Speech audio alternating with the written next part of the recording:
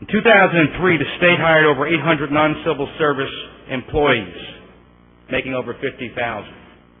Hired many thousands more on the civil service, and many thousand more making less than $50,000.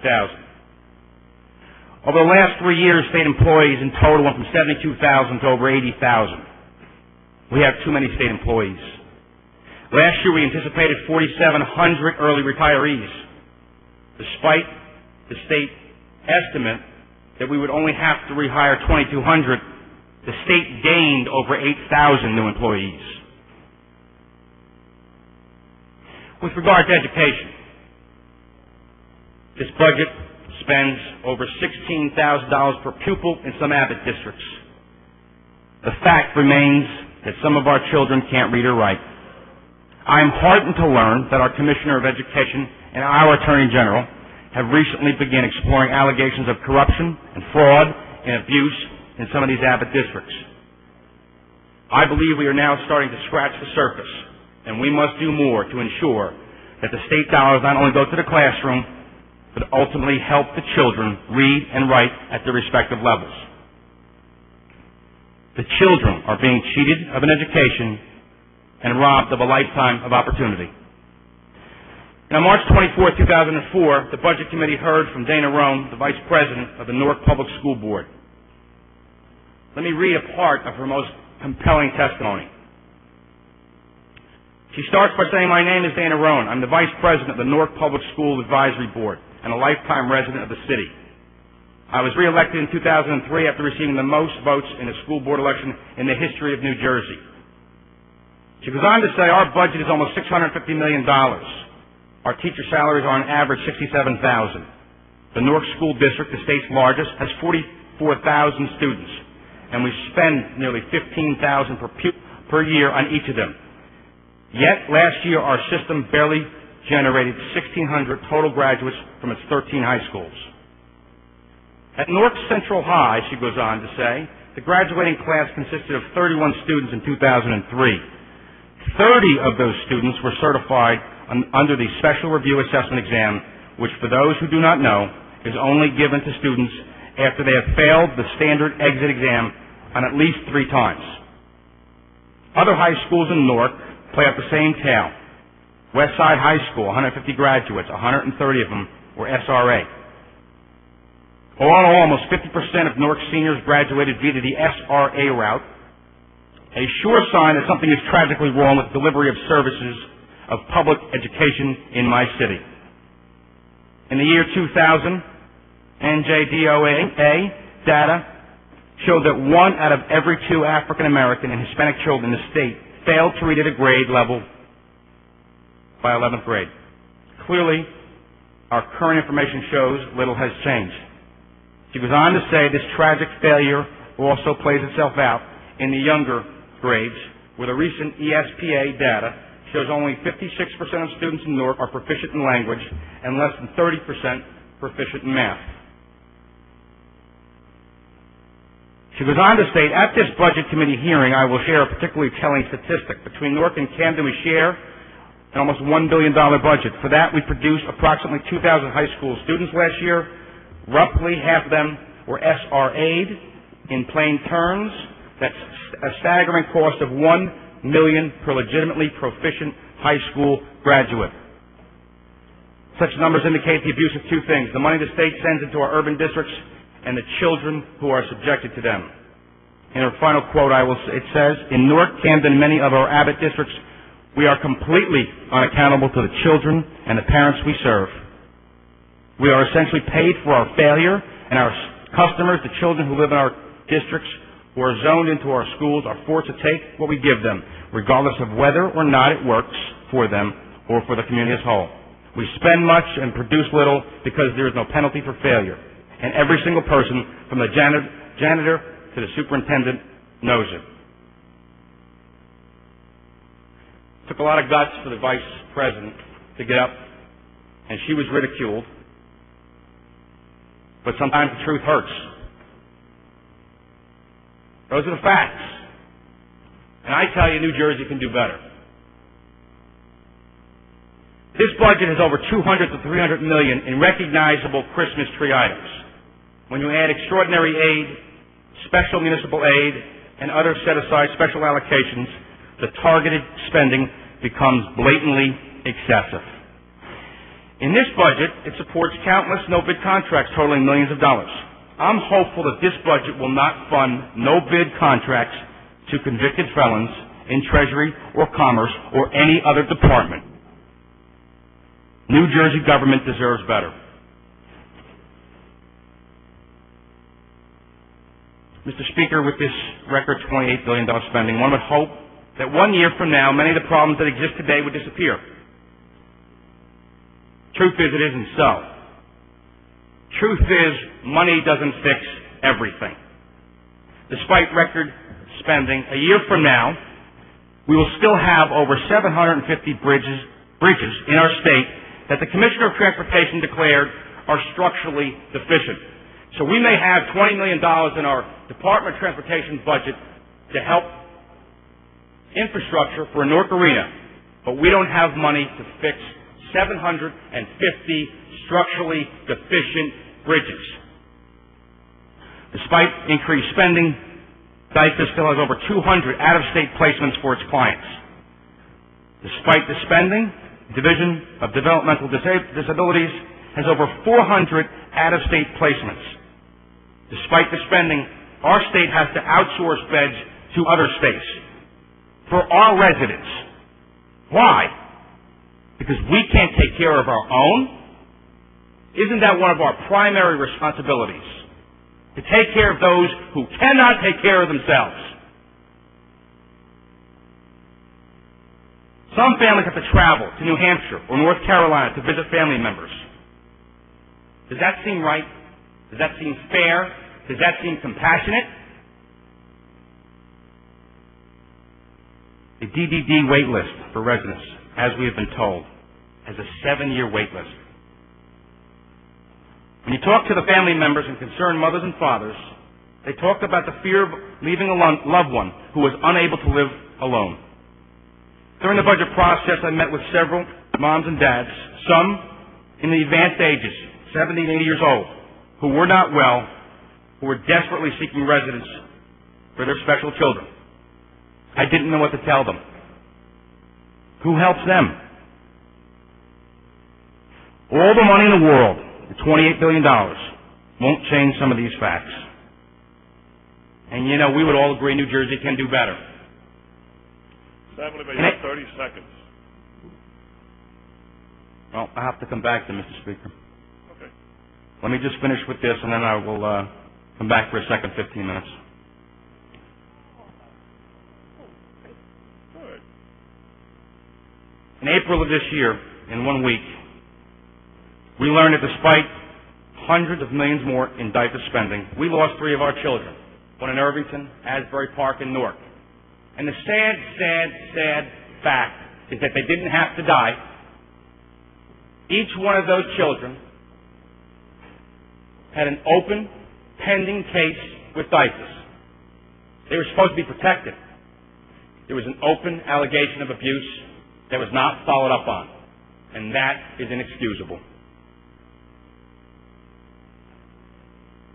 Mr. Speaker, one of our primary charges is to safeguard the children who cannot protect themselves. Does anyone really think with this record budget that we will come back a year from now and DYFS will not have a single casualty? I don't think so. Despite record spending, we still have border babies who are virtually warehoused in some of our hospitals.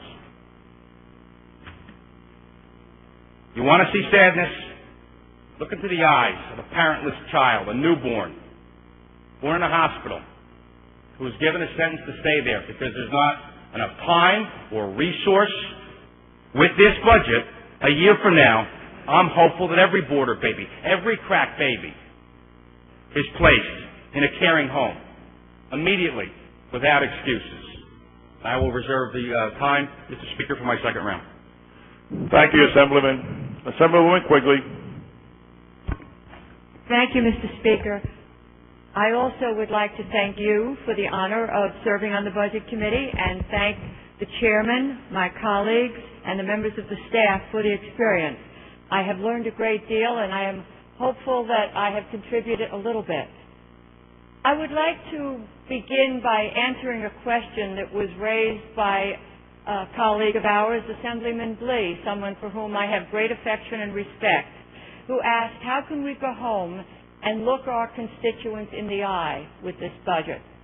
And I have to say, through you, Mr. Speaker, I can't wait to go home and look my constituents in the eye with this budget. For more than 10 years, I have been telling my constituents, vote for us and we will do all we can to help you. When I arrived here as a member of the minority, I wasn't able to have much influence and I wasn't able to help them. And then recently, for the last 2 years, we've been digging ourselves out of a hole that we found ourselves in. And because we could barely see daylight, I was unable to help them. This year, for the first time, I'm going to be able to go back home and say, we have started. We have started to do the things you've asked us to do. We've been talking a lot today about working families. And depending on who's talking, those working families seem to have very different needs, very different aspirations, and very different attitudes. But I want to talk for just a moment about people who are not composing working families. Because not all of my constituents, and I'm sure not all of yours, are in those ideal working families. We represent many people who are too ill to work. We represent many people who are too old to work. We represent many people who are too uneducated or too unskilled to hold a job in today's economy. We represent many people who are alone, new arrivals in this country, trying to save up a few dollars or a few pesos to send back home so that they could bring the rest of their family over here. And of course, we do represent working families. I represent very few wealthy working families, many, many struggling working families. And in the county that I come from, it's certainly not unheard of to buy your groceries on a credit card, particularly the 5th week of the month when you're waiting for that final check to come through. So I think this is a good budget. I think this is a good budget for the people who are here. I've heard many of my colleagues say that we are forcing people out of New Jersey. I don't believe it. I think there may be some people who, for various personal, unique, individual reasons want to leave, but I think we're here to represent the people who are staying in New Jersey because this is their home and they're proud of it. And I'm proud of what this budget does for them. I'm proud to stand before you and to stand before them and to look them in the eye and talk about what to me represents a health and safety budget. The investments in health care that we are making in this budget will assure that New Jersey continues to be in the forefront of caring for people. The components of this budget will provide more opportunities for children, seniors, and yes, those families, to receive the medical care they deserve, prevention of illness and treatment for illness, treatment for injuries. It will ensure that hospitals will have the resources they need to serve their patients and their communities, to retain their employees and their physicians. For the first time in state history, we are going to fully fund reimbursements for hospitals, the hospitals that care for people without health insurance, not only because it's the law that they take care of everyone who comes to them, but because it's their mission. That's why they are here. And as a hospital administrator, I can tell you that the additional $200 million this legislature has provided for hospital reimbursements will guarantee to ensure that the uninsured of this state continue to receive not just minimal health care, but whatever health care they receive, where they need it, when they need it, and at the level they need it. With this single appropriation, we are affecting the lives of 1.5 million New Jersey residents. And our investment in this budget doesn't stop with hospital reimbursement. We've provided millions to replace the nursing home funding cut by our colleagues in Washington. And unlike Washington, this legislature and this administration has committed millions to continue providing around-the-clock care for our most vulnerable residents. With this budget, we've done our best to take care of the caregivers as well. The cost of living allowance for community providers contracting with the state will increase to 3.5%, and we have attached strings to this appropriation to make sure the money is passed on to the caregivers and not retained solely by the agency administrators. We're also increasing grants to healthcare providers for expanded research and treatment of cancer and other dreaded diseases. And as the chair of the Assembly Homeland Security and State Preparedness Committee, I can also attest that this budget maintains the state commitments to ensuring a secure New Jersey. At the same time, President Bush is cutting federal funding for Homeland Security, firefighters, and first responders.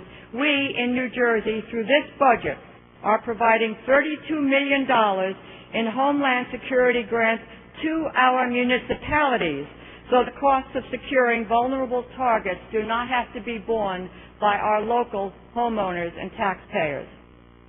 We're committing $1.6 million to enhance security at the state's nuclear facilities, an additional $1 million to the state's Office of Emergency Management, and another $1 million to the urban search and rescue teams, 3 areas vital to maintaining our security and being ready for times of trouble. Mr. Speaker, I urge all of my colleagues in this chamber, regardless of where they sit, regardless of where they live, to join me in supporting a budget that protects the health and safety of our residents and fulfills our highest duty to protect and improve the health and safety of the residents who aren't leaving New Jersey, the residents who are depending on us to care for them through this budget, which does precisely that. Thank you, Assemblywoman. Senator Mascalera.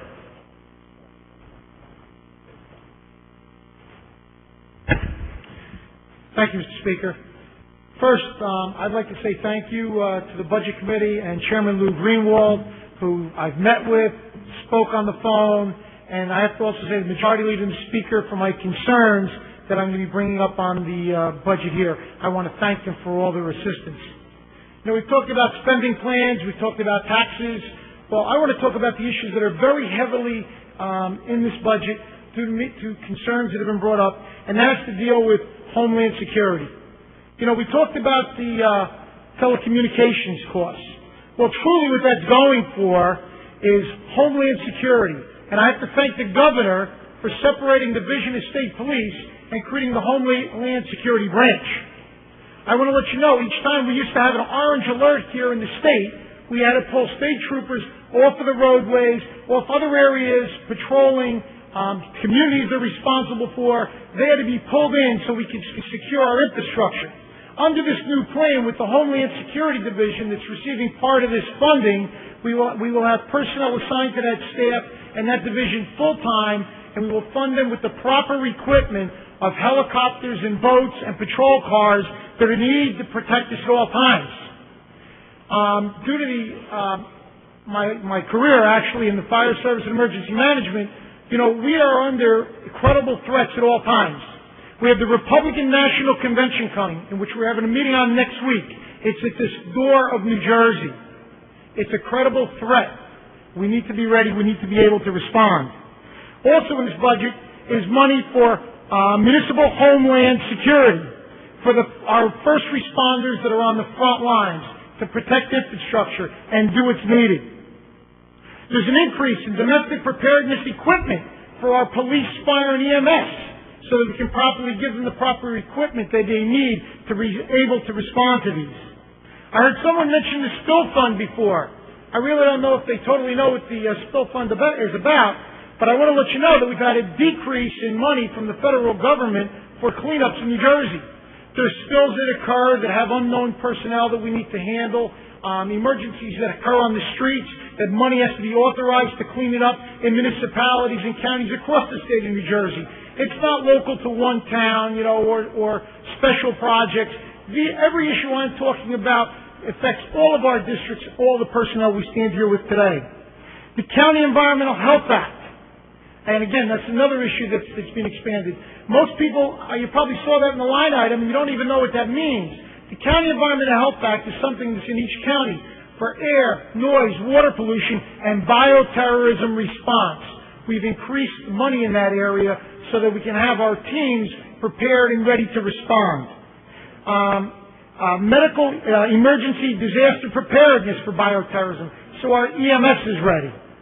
I think this far exceeds, I just made a note on a few, but we talked about some taxes that are here, and a lot of these taxes that were passed tonight also are like, I consider them like optional taxes. For an example, telecommunications. Everybody here does not have to own a cell phone and pay that fee if they do not want to. Outdoor signage.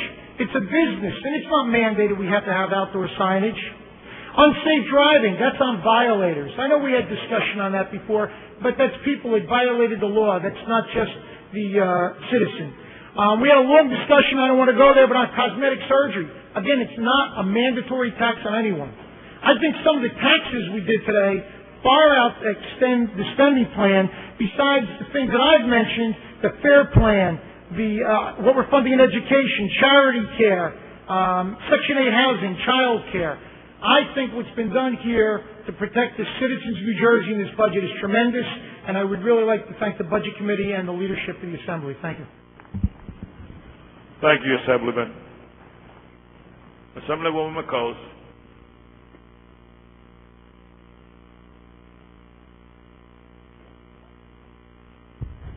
Thank you, Mr. Speaker. I had to get some caffeine. I was losing it there a little.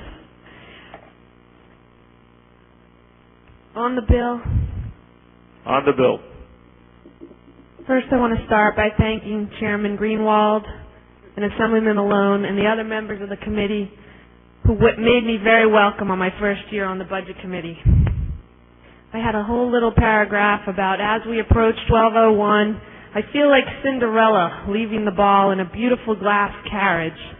And as we move towards a vote on this budget proposal, that carriage turns into a pumpkin and I fall to the ground. If you believe Governor McGreevey, for the last 2 years, New Jersey was a rudderless ship in horribly stormy waters. After spending $20 million for advertising, he is justifying 17 new tax hikes and unprecedented borrowing by now telling us that we have reached the calm waters nearing a safe harbor. In reality, with this budget, Governor McGreevey is closing the port of prosperity, which the rest of the nation will have the opportunity to reach. I rise today in opposition to this budget. At a time when, as the governor says, our state is turning the corner and slowly recovering from an unprecedented fiscal crisis, it is clearly unwise to propose a 17% increase in state spending and a $1.7 billion hike in taxes. It is unwise to deny desperately needed tax relief to the majority of New Jersey's hardest working residents. In my family, it would not be uncommon to hear a conversation similar to the one you may have been hearing in a recent radio ad. Certainly, all throughout New Jersey, people of all income levels will be greatly affected by this budget. People are sick and tired of taxes on top of taxes. It must stop. It is unwise for this body to raise 17 different taxes and steal what President Bush and Congress have judiciously given back to the taxpayers of this state. It is unwise, not to mention hypocritical, to recklessly tax and spend while mandating that schools and municipalities cap spending. It is unconscionable that we are being asked to vote on bills that are classified as works in progress, with dollar amounts and content which change rapidly and are done in stealth mode. A good example of this is the proposal to fund stem cell research in New Jersey. $11.5 million, almost twice the amount originally proposed by the governor. This, to me, is misguided spending, which this budget, unfortunately, is riddled with. Not only is it full of misguided spending, it is also full of misguided borrowing.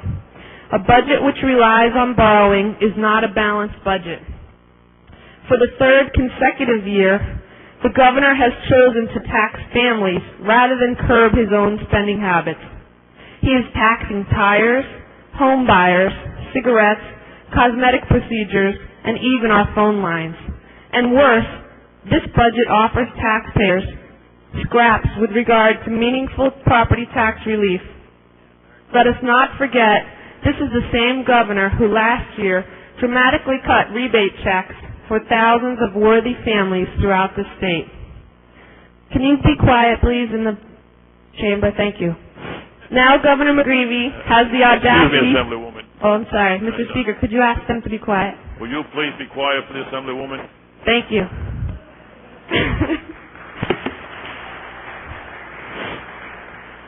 Thank you very much. Quiet, please. Now Governor McGreevey has the audacity to raise income taxes, billboard taxes, motor vehicle registration taxes, and health care taxes while providing woefully inadequate property tax relief. In addition, the governor is begrudgingly giving a meager 3% increase in school aid to non-Abbott school districts, a move which means an automatic property tax increase for many New Jersey residents. In a budget where spending is increasing by $4 billion, that's with a B, and taxes are spinning out of control, it is appalling that we are only increasing aid to our schools by such an abysmal amount. These maneuvers attack the state's middle-class working families, saving to send their children to college. Why should they be punished for the governor's reckless spending? Ladies and gentlemen, we cannot violate the trust of the residents of New Jersey, have given us by enacting these irresponsible tax and spend proposals. They deserve a government that is honest in their budget projections and trustworthy in their spending practices. Simply put, they deserve better. Unfortunately, with this budget, the taxpayers of New Jersey are being exploited, and I cannot in good conscience support such a budget.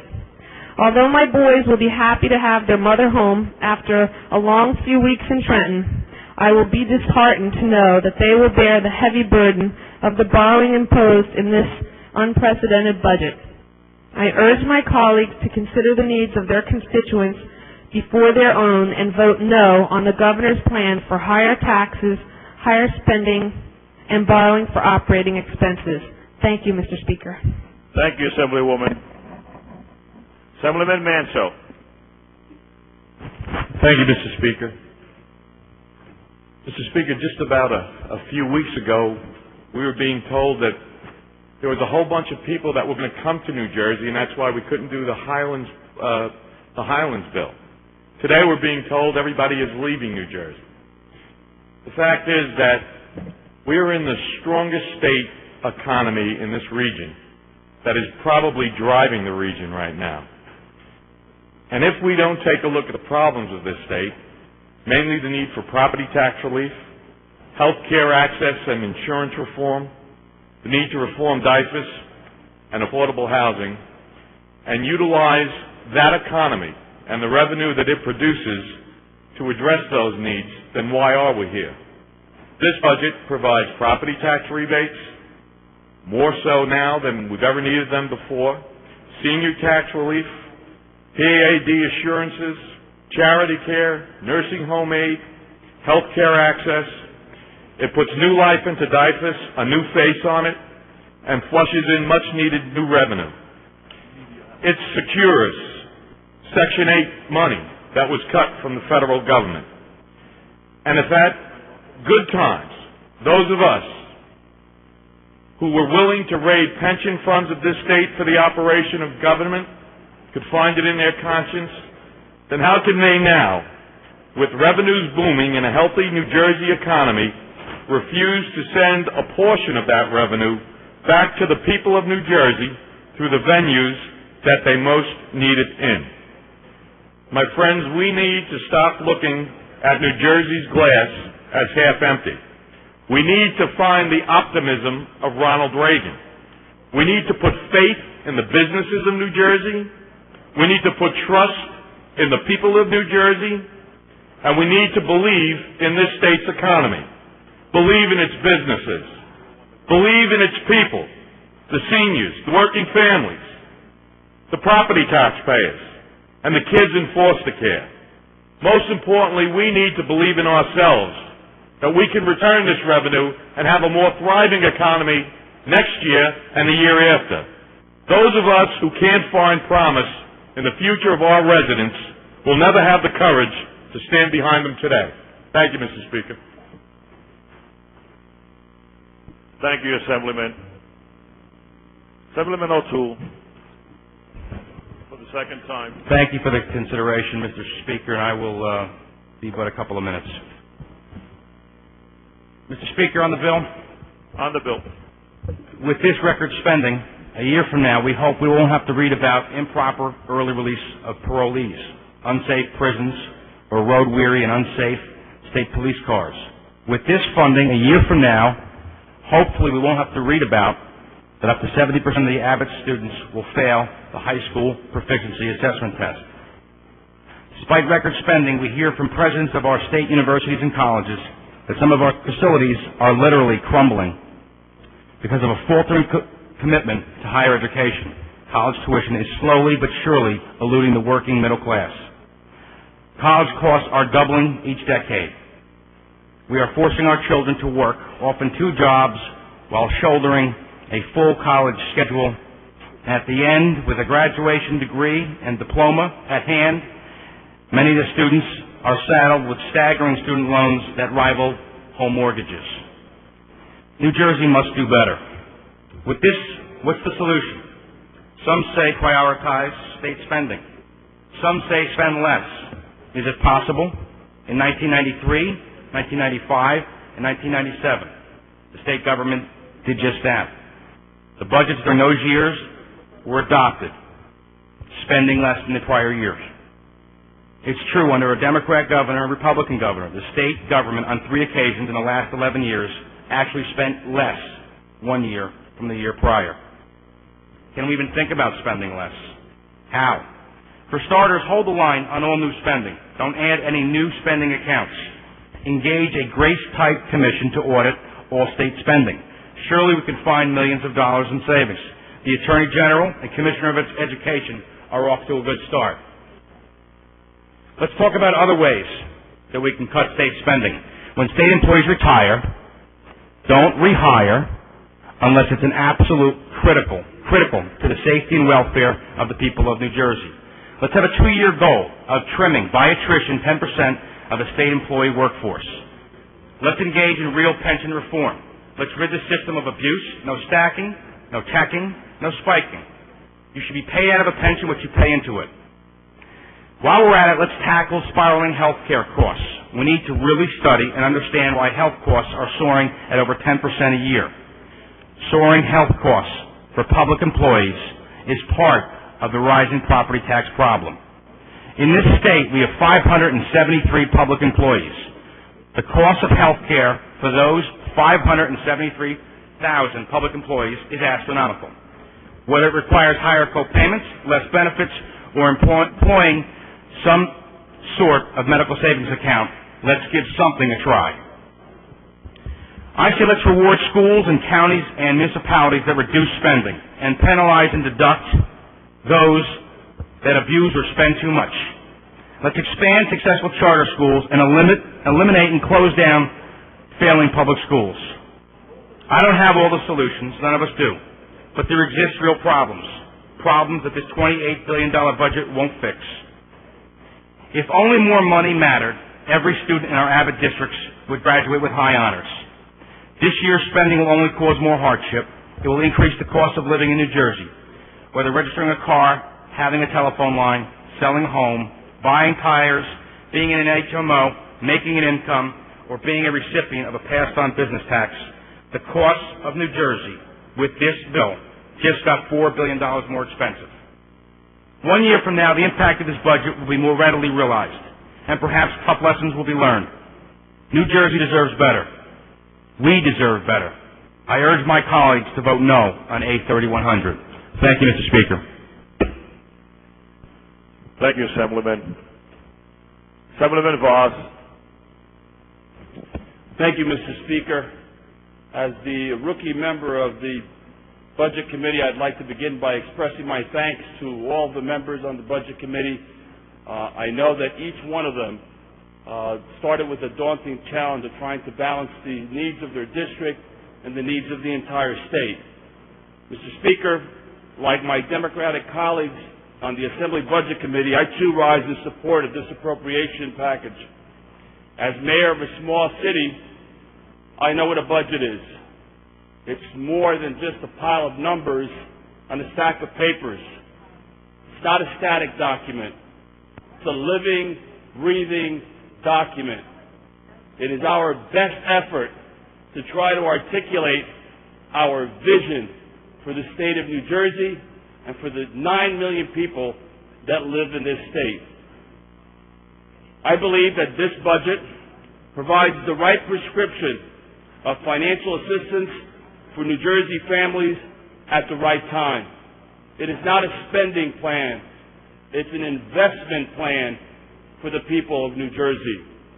For the past 2 years, the state has exercised extraordinary fiscal restraint during a period of economic sluggishness and budgetary uncertainty.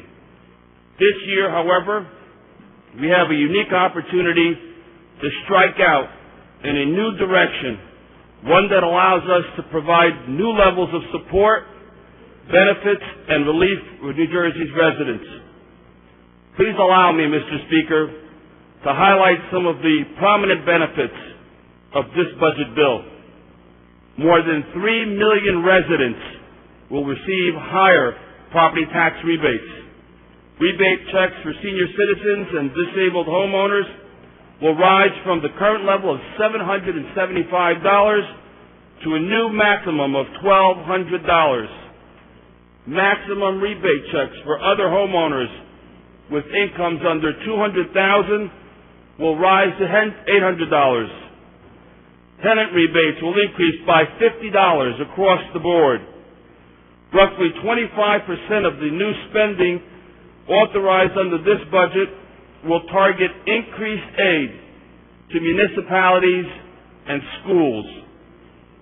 This amounts to an $824 million increase in indirect property tax relief for New Jersey homeowners.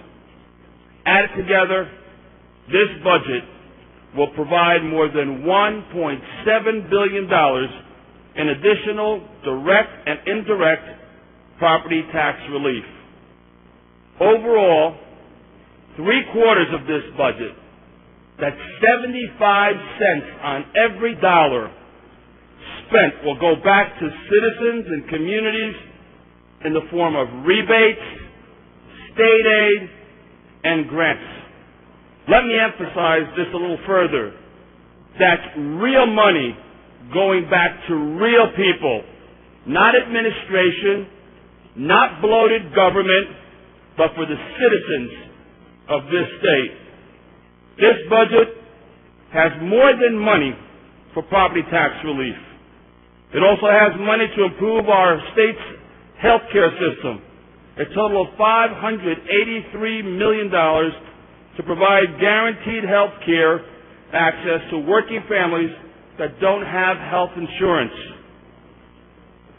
There is additional support for hospitals in poor communities and another $3 million for stroke centers. This does more than help the 1.4 million New Jerseyans who don't have health insurance. It also helps strengthen the financial condition of our entire hospital network, the second largest employer in the state. Other business sectors will benefit under this budget, as it contains $65 million in tax incentives for businesses and manufacturers relocating in the state.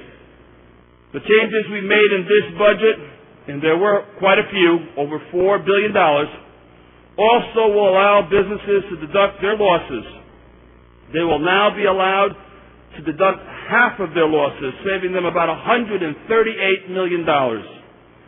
This is not corporate welfare. What these tax incentives really do is reward our business community for helping to shoulder a fair share of the state's tax burden during the recent economic downturn. And these business tax incentives have another purpose. They help sharpen New Jersey's competitive edge against other states while reinforcing the state's leadership status in the current economic recovery. Mr. Speaker, I am grateful for having been given the opportunity to be a member of the Assembly Budget Committee in the year that we crafted a fiscal plan that calls for new levels of investment in our communities, in our businesses, in our hospitals, in our schools, and most importantly, in our residents. Like my colleagues, I am proud of this budget, and I wholeheartedly urge its passage into law. Thank you, Mr. Speaker. Thank you, Assemblyman. Assemblyman Thompson. Thank you, Mr. Speaker. On the bill, On the bill. we have heard of many worthwhile appropriations contained in this budget for a number of worthy programs. I have no doubt that they are very worthy. The budget, which is, I would say, roughly about an inch thick, was placed on our desk this afternoon. I couldn't estimate how many pages there are, or how many lines, or how many items. Clearly, there's been no opportunity to review this thing in any kind of even cursory examination, as we've been kind of occupied through the afternoon here. So I cannot attest that everything in it should be there. Perhaps it should. I don't know. No way of knowing it. But I do know, again, based on what I've been told, that it contains $28 billion in expenditures, a 17% increase, or $4 billion over the amount of money that we spent last year.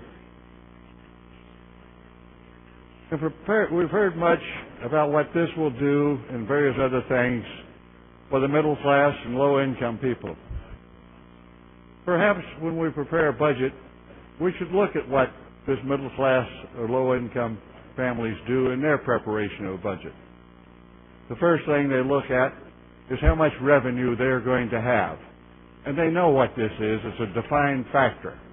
They're getting all the money they can get as it is. Then they look at what their needs are. Maybe they've got a leaky roof, which they have to decide whether to repair or simply or replace. Maybe the car is getting into a lot of repairs. Should they buy a new one or simply repair it? And on down the line. Should they plan on a vacation this year? They have to make decisions and prioritize. And that's what they do. But it's obvious in this House a very different procedure is followed. Thus, clearly, one of the most significant things, of course, is when they plan their budget, they're planning on spending their own money. In this House, there is not that limitation on how much income there will be. And consequently, yes, there are great needs out there. Far more needs than we can ever meet at one time. This House, the legislature, the governor, we have the power to collect whatever money we decide we want to spend.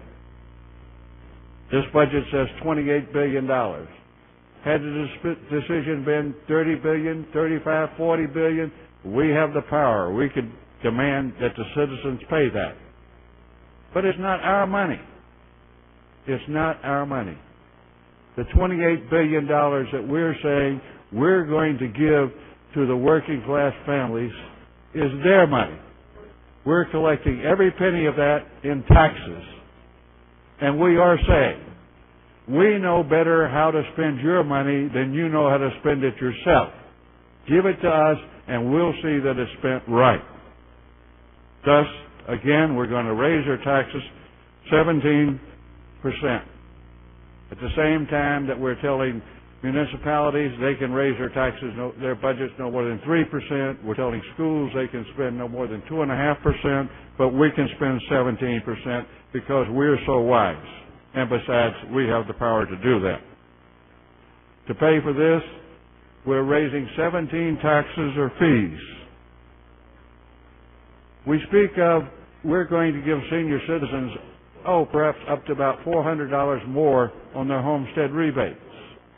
For those that qualify for the New Jersey Saver, they can get up to $800.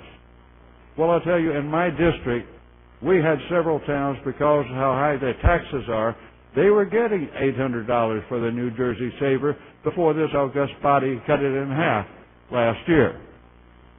I question whether the roughly $400 more that these people are going to get in homestead rebates will cover the additional taxes they're going to have to pay. I think it is just unconscionable that we would, at this point in time, increase our expenditures by 17%. Some reasonable expenditure would have been acceptable. Yes, we could have helped more. But again, we have to prioritize, same as those middle-class families we referred to so often. There's no way I can support this kind of increase in the budget.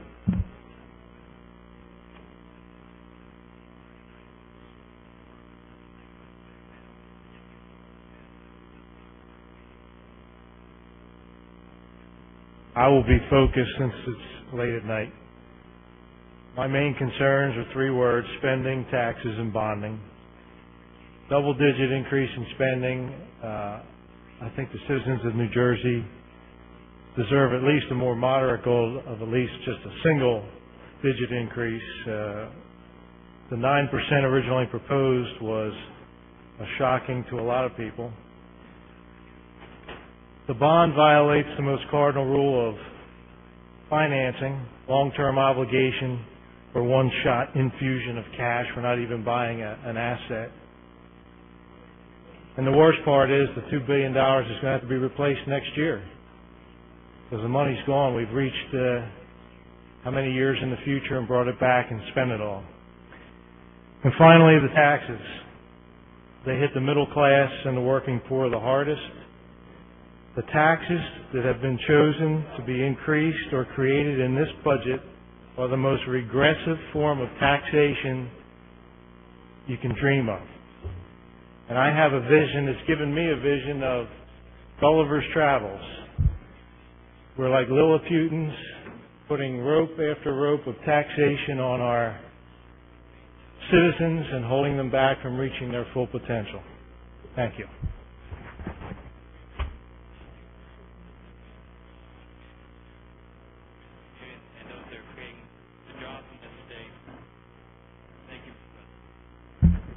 Thank you, Madam Speaker. I apologize for not being there. I thought you were going to make me go last. Madam Speaker, on the bill. Madam Speaker, today this House considers a truly staggering increase in state spending. 17% in 1 year. Not my figure, Madam Speaker. It comes from that right-wing rag, the Star-Ledger.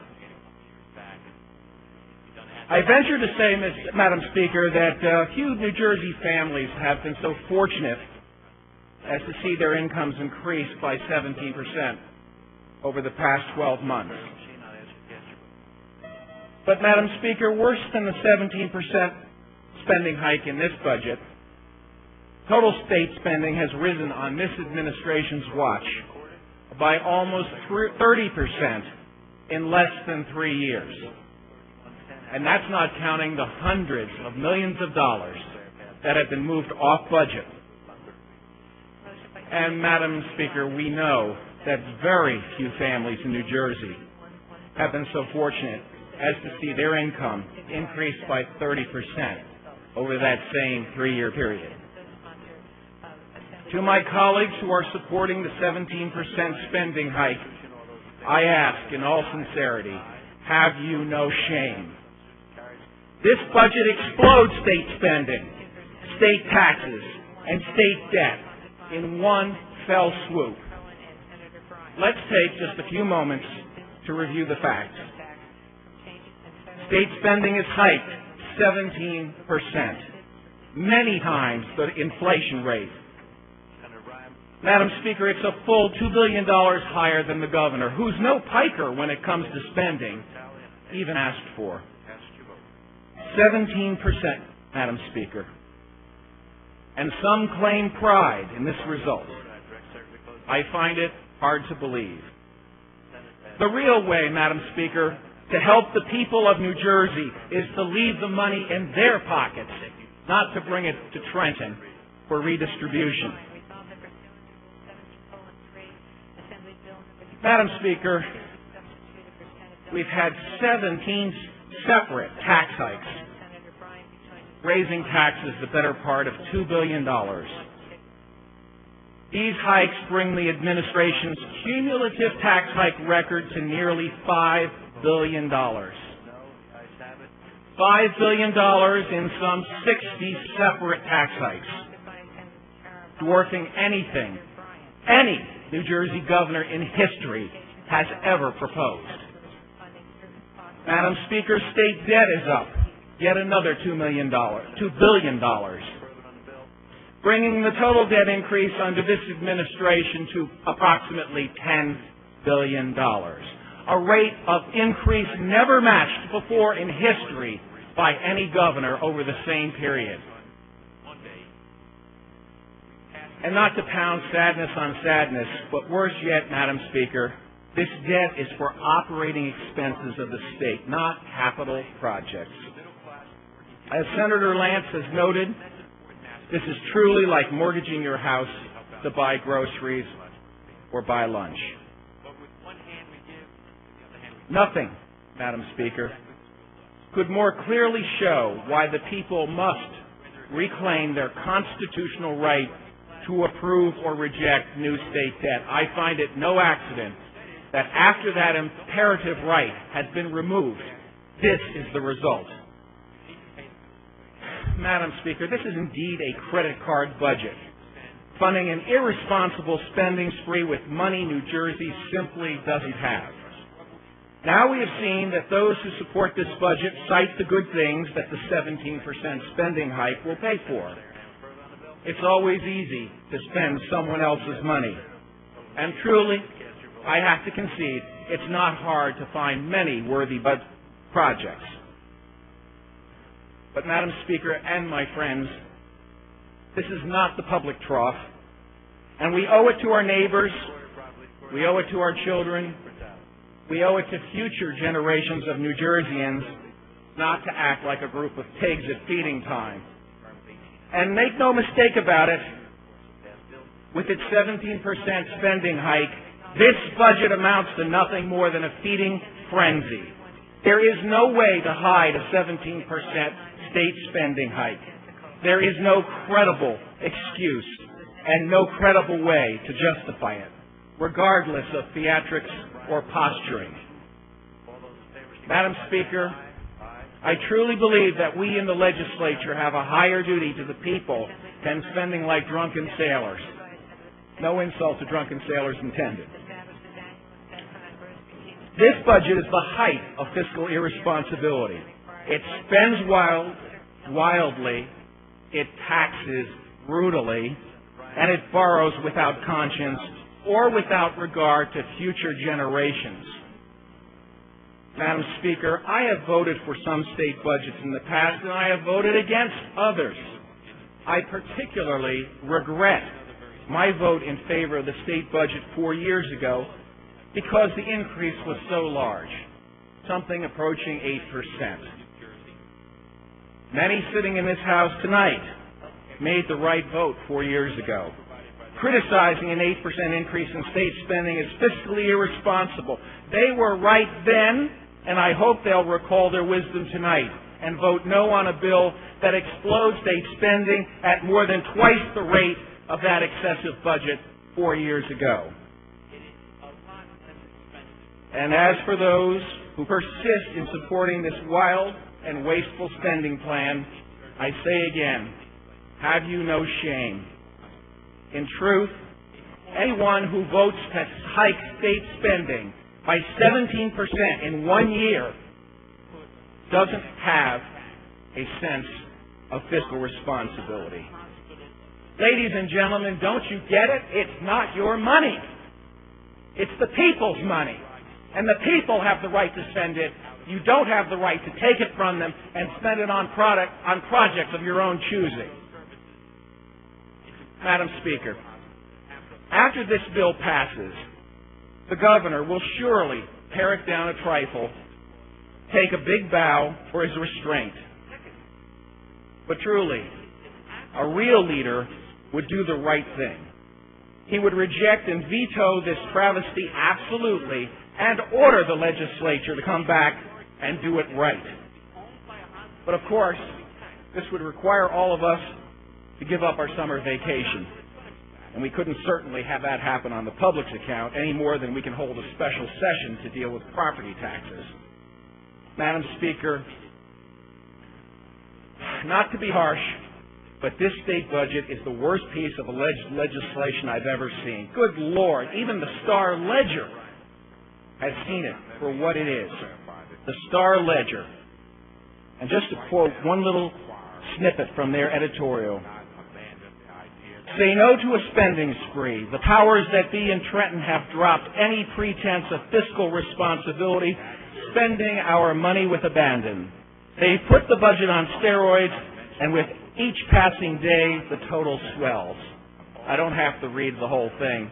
That just really summarizes it beautifully.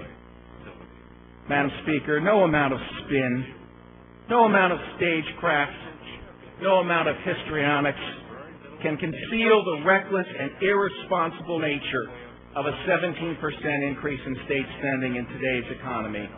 So I will vote against this budget, Madam Speaker, and I certainly urge all of my colleagues to do the same. And to those of you who feel no shame in supporting this bloated 17% increased budget, I simply say this: you should be ashamed. You should apologize to the people of New Jersey for your failed stewardship of their money. You should beg forgiveness of future unborn generations of New Jerseyans whose future you are so foolishly squandering today. Mr. Speaker, Madam Speaker, I cannot begin to support a grotesque increase in state spending. This budget is not worthy of any legislature, much less the legislature of the state of New Jersey. We owe it to our constituents not to spend their hard-earned money and tax dollars so carelessly and so irresponsibly. Thank you, Madam Speaker.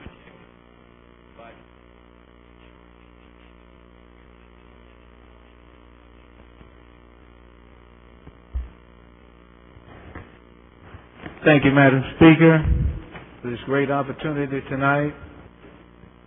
To Chairman Lou Greenwald, Budget Committee, and your committee members, I'd like to thank you for the arduous tasks that you've performed.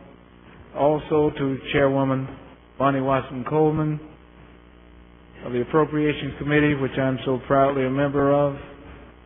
I know you worked hard and tediously, but I just want to point out a few concerns and facts this evening and ask one or two questions.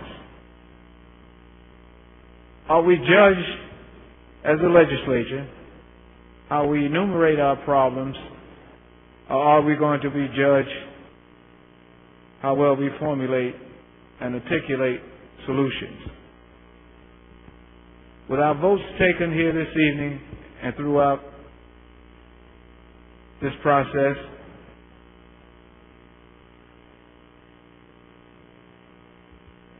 were we concerned about municipal homeland security and the assistance provided for the safety and welfare of all of our citizenry, citizens, businesses, for those who travel in our great state,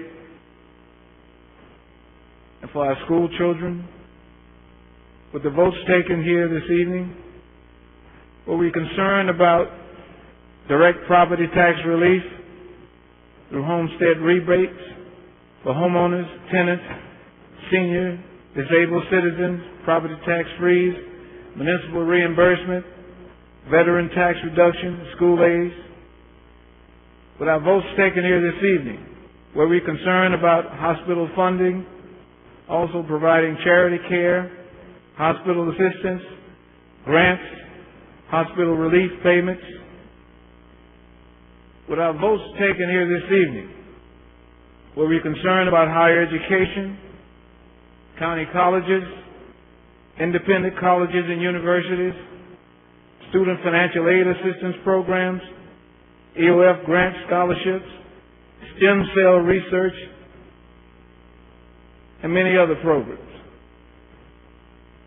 As a state and as individuals, and this legislation, are we concerned about our care of the poor and those in need? Mr. Speaker, or Madam Speaker, we all know that action speaks louder than words. Tonight we're taking action, and the words that were spoken were not in earnest. So therefore, let's be judged by the actions we take tonight in helping the many residents of our great state. This is a great state, and I'd like to commend the governor, who should be taken very seriously. As we all know, once he took the oath of office, he took the oath of one of the highest deficits of any states in these United States. Several years earlier, before he was elected to this esteemed office, it was one of the highest surpluses of any state in these United States. So we know where we are now. We know where we were. Now we know what we have to do. Continually work toward the financial responsibility that we've been sworn and designated to do. Again, I'd like to thank everyone who votes responsibly this evening on this budget. Thank you very much.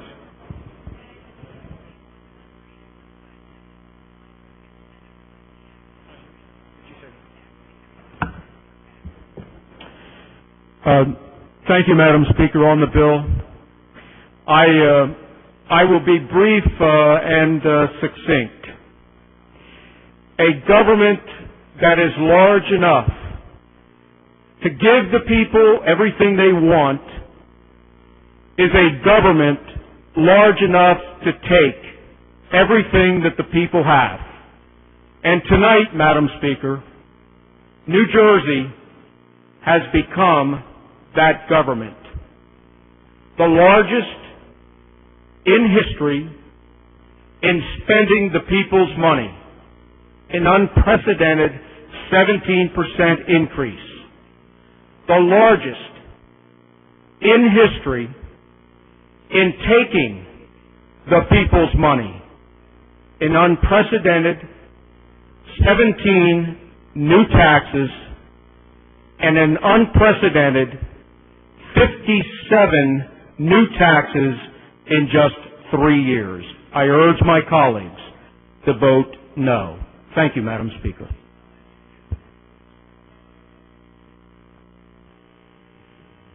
Thank you very much, Chair.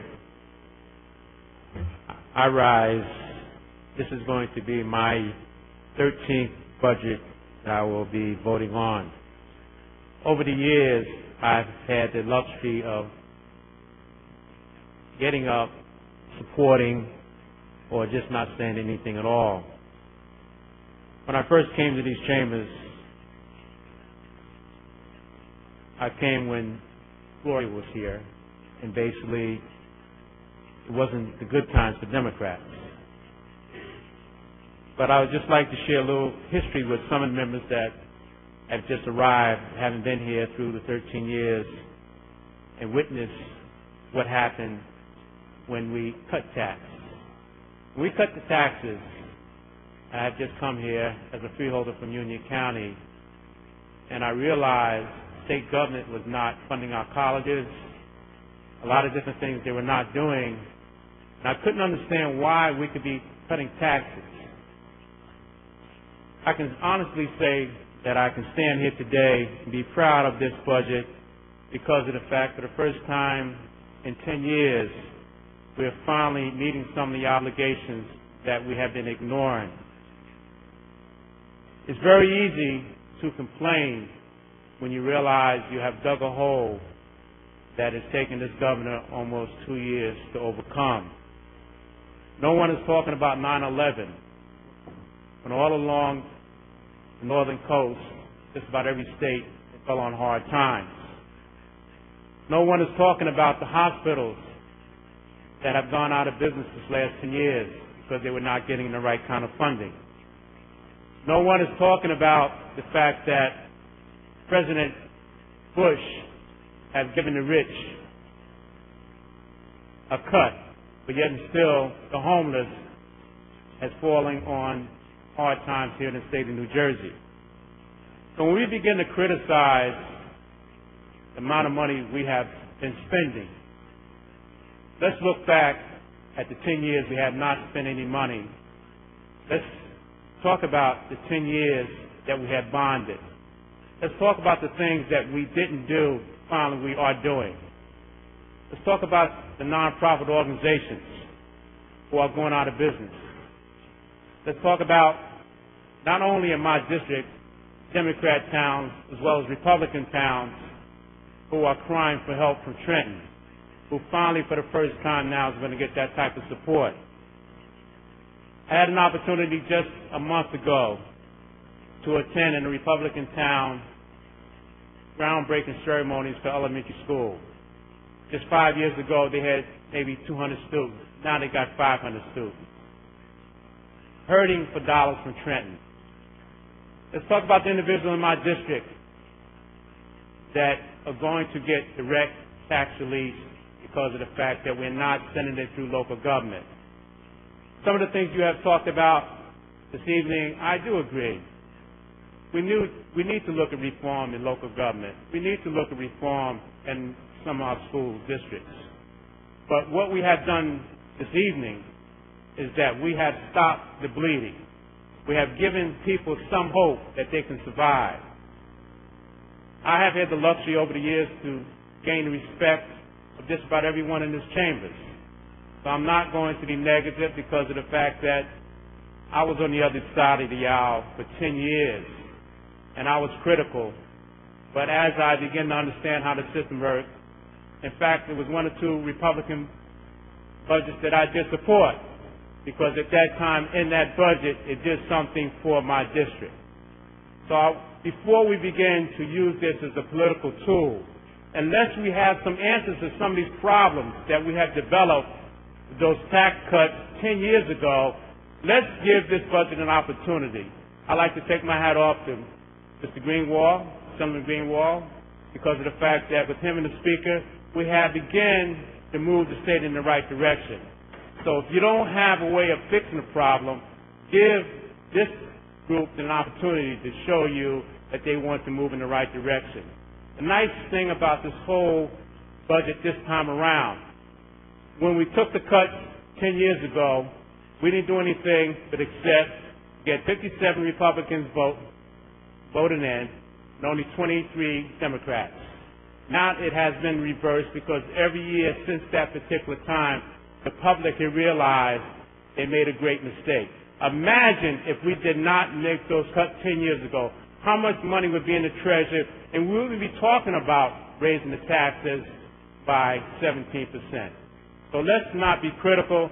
Let's give this budget an opportunity, and if you have any ideas that can improve it next year, then we're willing to listen. But I have yet to hear anyone identify any dollars that we could have brought to the table so that we would not have to be sitting here talking about a 17% increase.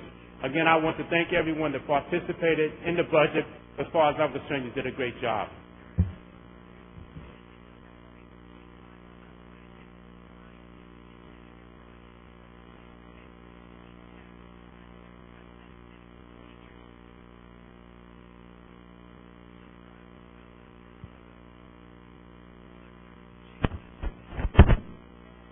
I believe they probably have a hard time identifying my button. I do not speak very often, However, Madam Speaker, I do rise this evening. I, along with Assemblyman Connors, hail from the 9th District of the state. We happen to have one of the greatest proportion of seniors in our district. Madam Speaker, I have a very difficult time explaining to our seniors, many of whom are relying solely upon their Social Security checks, which have not risen much with the rate of inflation being so low. I have a very hard time explaining to them how this state budget has risen double digits, 17%. Madam Speaker, I also come from a district which unfortunately does not have a very high proportion of high-income residents. We are one of the lower per capita income districts. Madam Speaker, I also have difficulty explaining to those people in my district how, in fact, we just raised spending by $4 billion in the state of New Jersey. Madam Speaker, I also come from a district which has a very fast-growing school enrollment population. I certainly have a difficult time explaining to the board members of those school districts and to the parents of the students in those districts how, in fact, we expect them to stay at 2.5% spending growth while we, in fact, are raising our spending by 17% this evening. For those reasons, Madam Speaker, I will not be in favor of this budget. Thank you.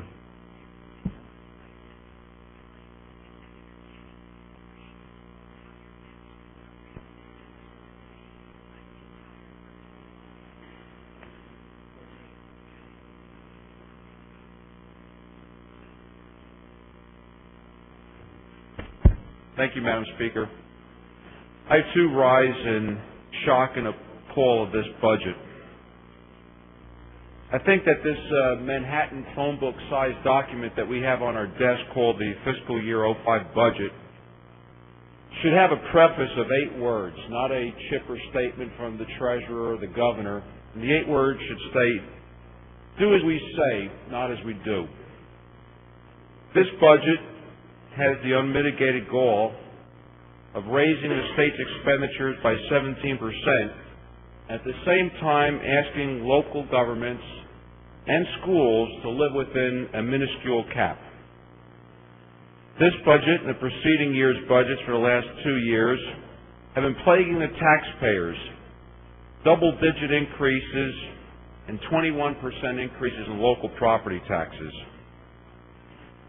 The thing that really irks me is that now professionals, doctors, lawyers, dentists have been conscripted as fee and tax collectors for new taxes that are provided for in this budget. And if they foul up, their licenses may be in jeopardy. When I go home tonight to kiss my daughter goodnight, maybe it'll be morning, she'll be getting up for breakfast by the time we get out of here, I'll be shedding a tear for her and her friends and their generation, because they'll be shackled with the debt that we're passing here tonight for the next 40 years. There's a potential that this debt, when it's paid off, she'll be older than I am today.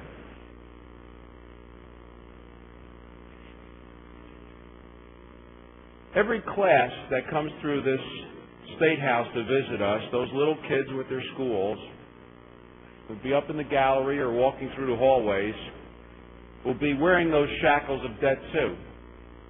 Just like Ebenezer Scrooge's partner Marley in the Christmas Carol wore those clanging shackles, these clanging shackles will be heard for the halls for the next 4 generations. We hear repeated comments. What would you do? What would you cut? Well, I served on the Budget Committee for several years. This is my 13th budget, too, that I'll be voting on. I don't remember a budget that was a cakewalk. I always remember nights like this, great anxiety, great tension, people on edge for being here for 12 or 18 hours. It was never easy.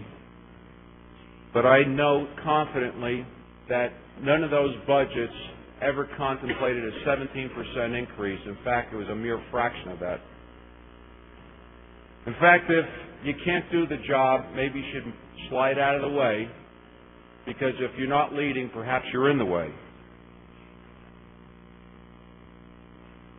It's appropriate that we're really passing this budget in the dark of night, because if the taxpayers were here to see this in person or on TV, they would shudder.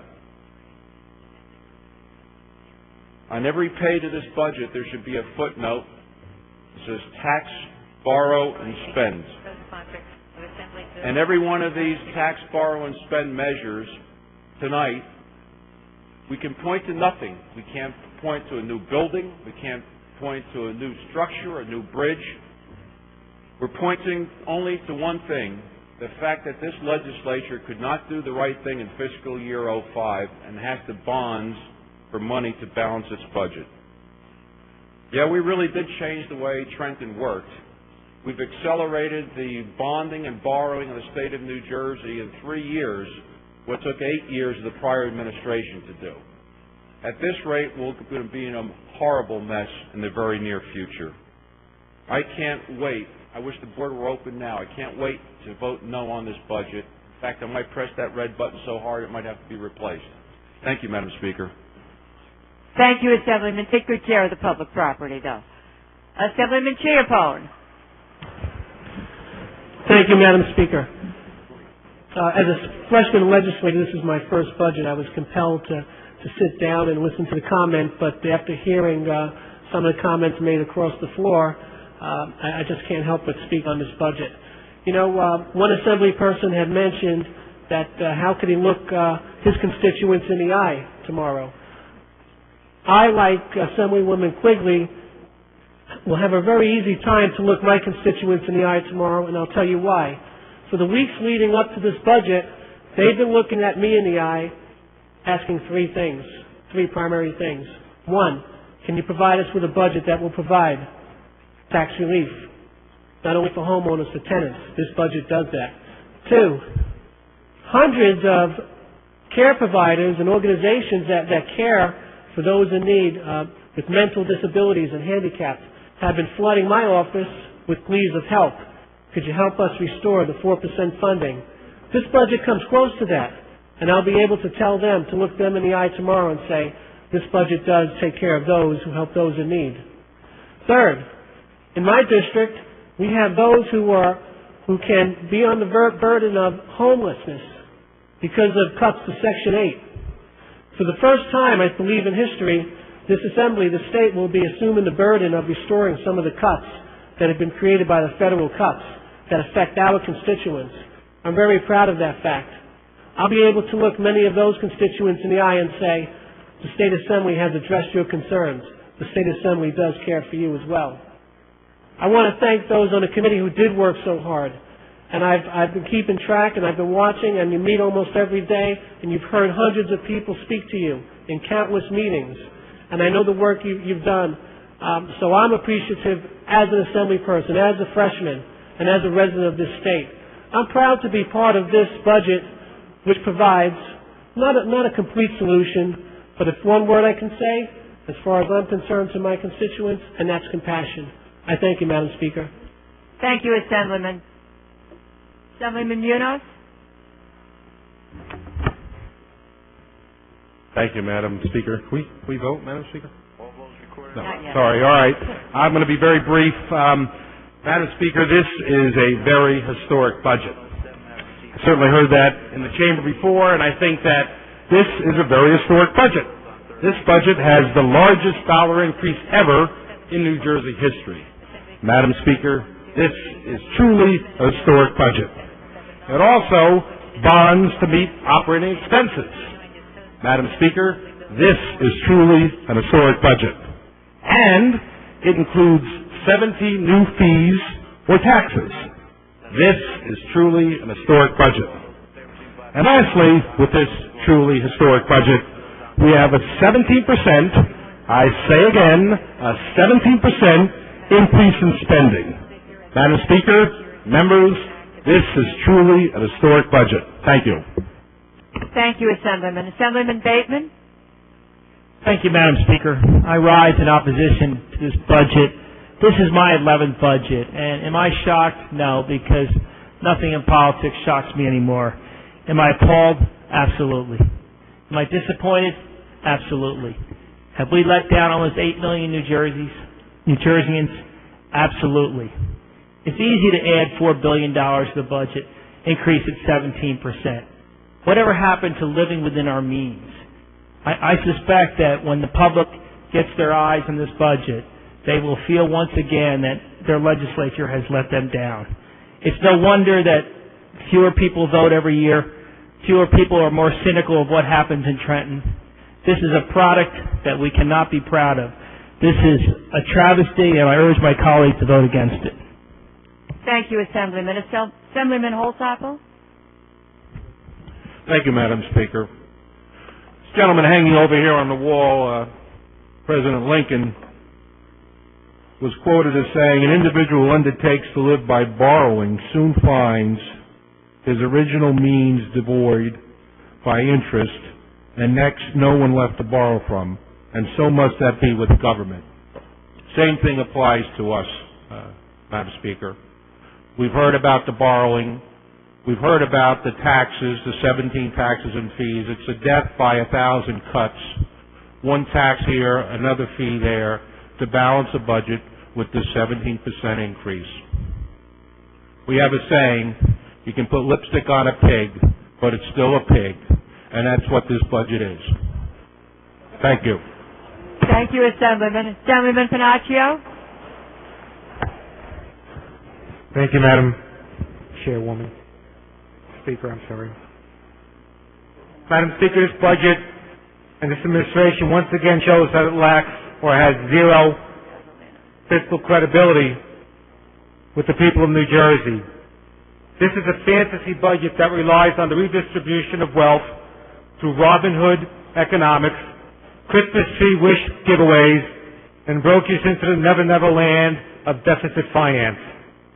This budget pushes aside the three little piggies with lipstick, while the administration and its allies gorge themselves at the public trough in $200 million worth of legislative pork. This budget document gave up on any pretense of fiscal responsibility billions and billions of dollars ago. The 17% increase in spending in 1 year alone is shameful and hurtful to all taxpayers in New Jersey who struggle to make ends meet. Ask the average citizen if their budget is going up 17% this year. Accusing this administration and their legislative allies of taxing, borrowing, and spending is not a cliche. It's a very, very sad fact. There have been so many promises made and so many promises broken. Changing the way we do business in Trenton, a broken promise. I will not raise income taxes, a broken promise. We must learn to live within our means, a broken promise. And tonight, protect and defend the Constitution of the state of New Jersey, a promise broken, a failed oath. The tax increases are many, both overt and covert. The need for them, if the state applied prudent fiscal responsibility, would not, and I repeat, would not be necessary. Increased taxes on cigarettes, homes, phones, etc., as well as the new state millionaires tax, which starts this year at half of that amount, would not be necessary. And those whose income is less than $500,000, hold on to your wallets. You're next. This budget will spend $4 billion more than the budget we are still operating under. Imagine what $4 billion could do if we left it in the pockets of the citizens of New Jersey. A 17% increase or $4 billion means for now we've lost any chance to begin a serious dialogue on property tax reform. Imagine, $2.5 billion would allow the state to fund all non-Abbott districts to at least a 50% level. That would have a dramatic effect on 80% of the property owners in this state. But not this year.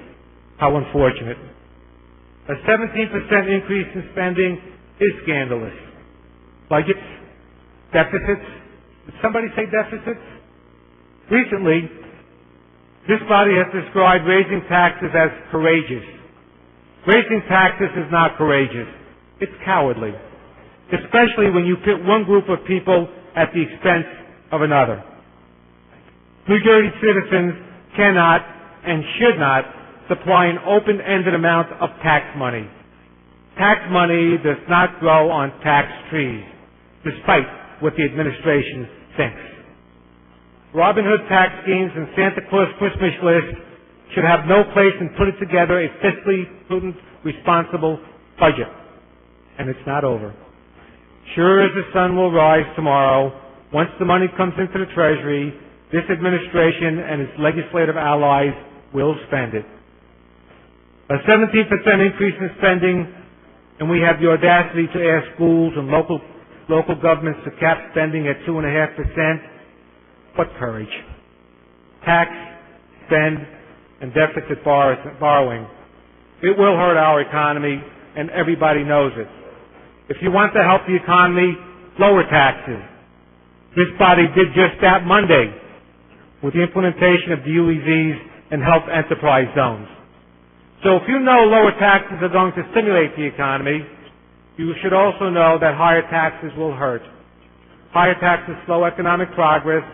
Higher taxes ultimately give you less of what you want. Borrowing to cover operating expenses on a bloated budget goes beyond the pale, beyond the reason. That person smoking a cigarette 40 years from now will eventually attest to this fact. Worthy programs become tainted when financed with our children's money. The STAR program is a good example. Historically, parents pay for their children's education. Because New Jersey is putting this program and other programs on a credit card, it will be our children and grandchildren paying for their parents' and grandparents' education. And that's wrong. We all took an oath of office to defend and protect the Constitution. Voting for deficit finance will break that oath. We know that. The Office of Legislative Services knows that. And they've made an opinion stating, it is our opinion that the use of a device to securitize revenues from future years to finance appropriations in the current year is violative of both the balanced budget requirements and the debt limitations of the Constitution. The Constitution says, all money for the support of state government and for all other state purposes as far as can be ascertained or reasonably foreseen shall provide for in one general appropriations law covering one and the same fiscal year. That's the balanced budget requirement. That means appropriations must be met by current revenues. The Constitution also says, with reference to the state constitution debt limitation, this legislature shall not in any manner create in any fiscal year a debt or debts, liabilities or liabilities of the state, which together with any previous debts or liabilities shall exceed at any one time per centum of the total amount appropriated by the general appropriations. That means we can't deficit borrow. That means if you want to borrow, you have to ask the people.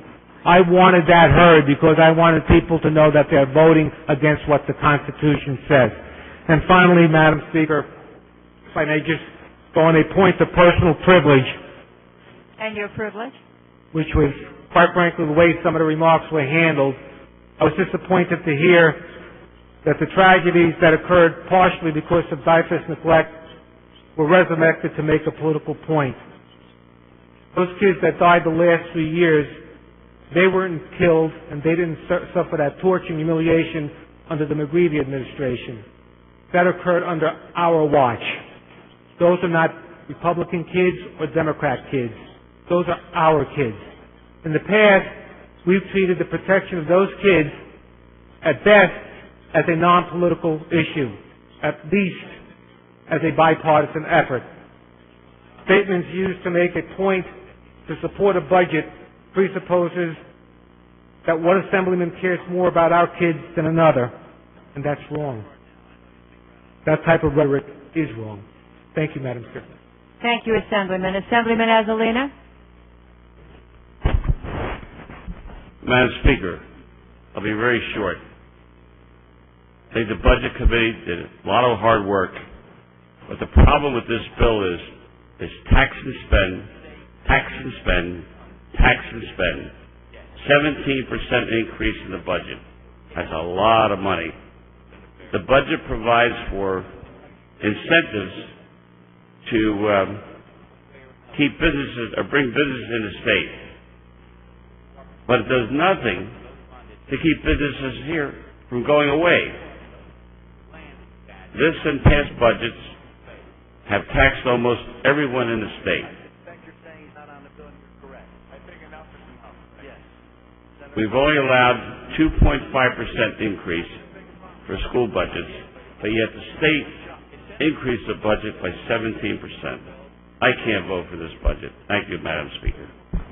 Thank you, Assemblyman. Assemblyman Bramnick?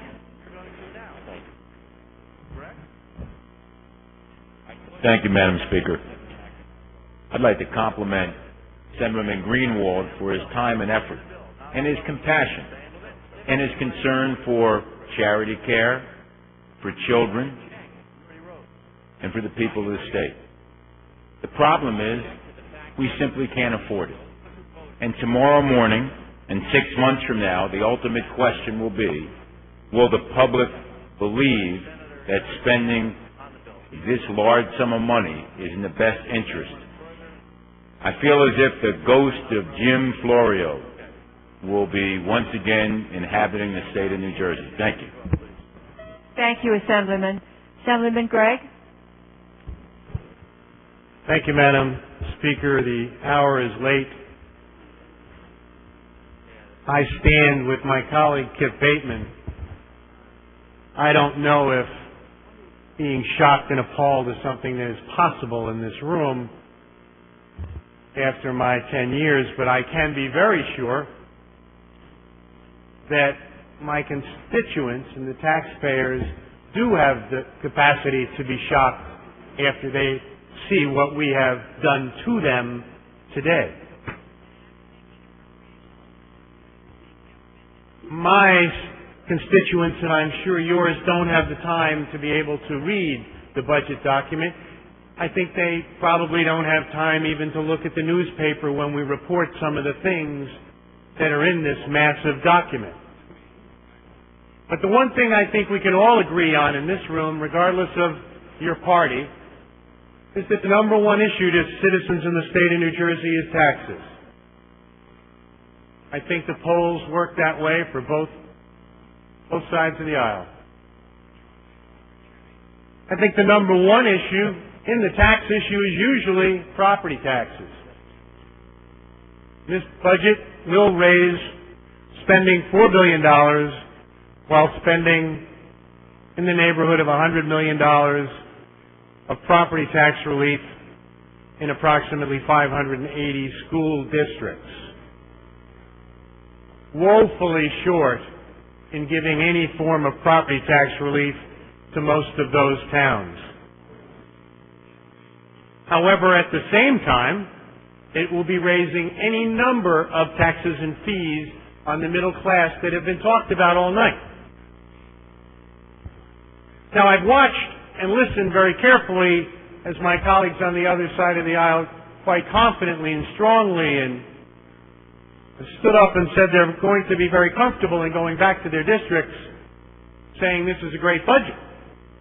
And I will be watching very carefully to see how many of them send letters to their constituents telling them, I have good news, when you buy your new car, you'll have to buy 4 years worth of registration, signed your assemblyman.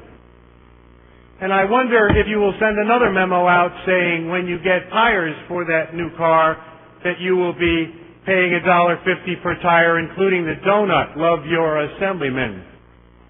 I wonder if you'll be sending a letter out to them saying if you have an HMO and your rates went up, guess what? I did it. Love, your assemblyman. I wonder if you send a letter out to a small mailer this time, only to the 20% of your constituents that smoke, and say the price of cigarettes is another 35 cents. I did it. Love, your assemblyman. Somehow I could continue to go through the list of things we've done. Perhaps you'll send the best mailer out saying those of you who have phones will pay more for all of your phone lines, and I did that for you as well. Love your assembly one. I somehow think that you will not be so aggressive in using your mail. I would certainly approve of it and ask you use your stamps that way. But I sense you won't. Just as I sense that most of the folks in your districts as well as mine will not know until the occurrence happens to them, until they sell a house and then they find they're paying an exorbitant amount more of real estate transfer fee, and perhaps you would have sent that mailer out as well. I think the constituents know and will know who raised their taxes, because it is number one on their list of importance to them. Another issue that I believe polls very, very high is the size of government. And it may not be the number one issue, but people are smart enough to realize that the size of government grows as taxes grow. And if you're raising my taxes, you're making government bigger. And this year, boy, we're making it bigger. $4 billion. It's been said a number of times, but I like to put things in terms I can understand. In 1979, the state budget of the state of New Jersey was $3.87 billion. The whole budget 25 years ago was less than the increase we are promoting tonight. I think the public will understand, and our constituents will understand.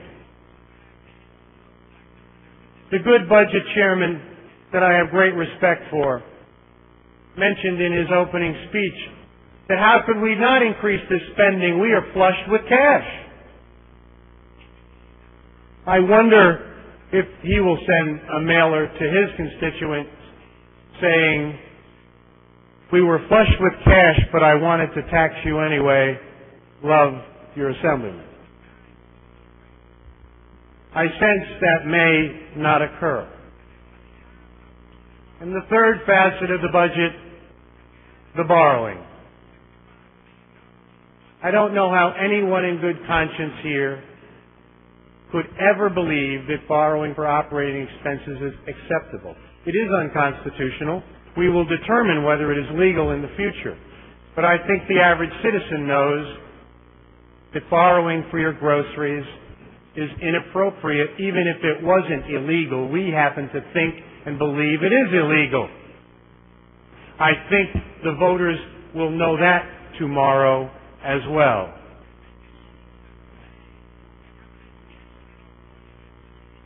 I think while it is the dead of night, that this budget is about middle-class people. And I think as they grow to know this budget, they will realize how bad it is for them. I think they will wake up tomorrow with the promise of higher property taxes, knowing that their taxes and fees and surcharges and utility fees will go up $1.6 billion while we were flush with cash, and they will have a $2 billion mortgage their grandchildren will pay perhaps after they're gone. Ladies and gentlemen, that is the gift we are giving our constituents today. I vote with our constituents. I vote no. Thank you, Assemblyman. Assemblyman Russo. Mr. Speaker, I would first, I know the hour is late, I'll be very brief. I'd first like to extend my thanks to all the members and staff on the Budget Committee for the work they did. That's a very, very difficult job, and they spend a great deal of time and effort, and I think we all appreciate that. I won't be supporting the budget. I would just mention something for some of the newer members. I'm not going to add anything particularly new. You've heard everything pro and con on this, and people have their opinions, but I would say this. When I started, the same year Governor Florio was elected in 1990, I believe the state budget was $12 billion. So I guess from the start of New Jersey up until 1990, the budget had risen from 0 to $12 billion. If I'm not mistaken, from 1990 to last year, approximately about 13 years, it took us to double the state budget to $24 billion, okay? I find it very difficult to believe, and again, this has got very little to do with the Budget Committee, but with this administration, that in these fiscal times, in 1 year, we could be looking at spending $4 billion more, no matter how good the ideas are for spending and how noble the goals may be. We're talking $4 billion in 1 year. I know people have been harping on 17%. Sure, it's a huge percentage. And for those of us who have served at different levels, especially local levels, I would ask you this question. How could any local official, a mayor, a councilman, a freeholder, go to their constituents and say, for whatever reason, we're going to be raising your taxes 17% in 1 year? 7% would be large, but 17% in 1 year, it's virtually impossible. And this budget somehow does it. We all know that these costs are passed down the line, and this is the reason we have problems in this state with regard to taxation, property taxes, and everything else. Again, I will be a no. Thank you.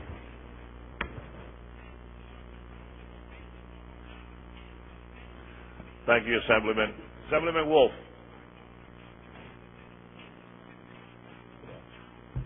Thank you, Mr. Speaker.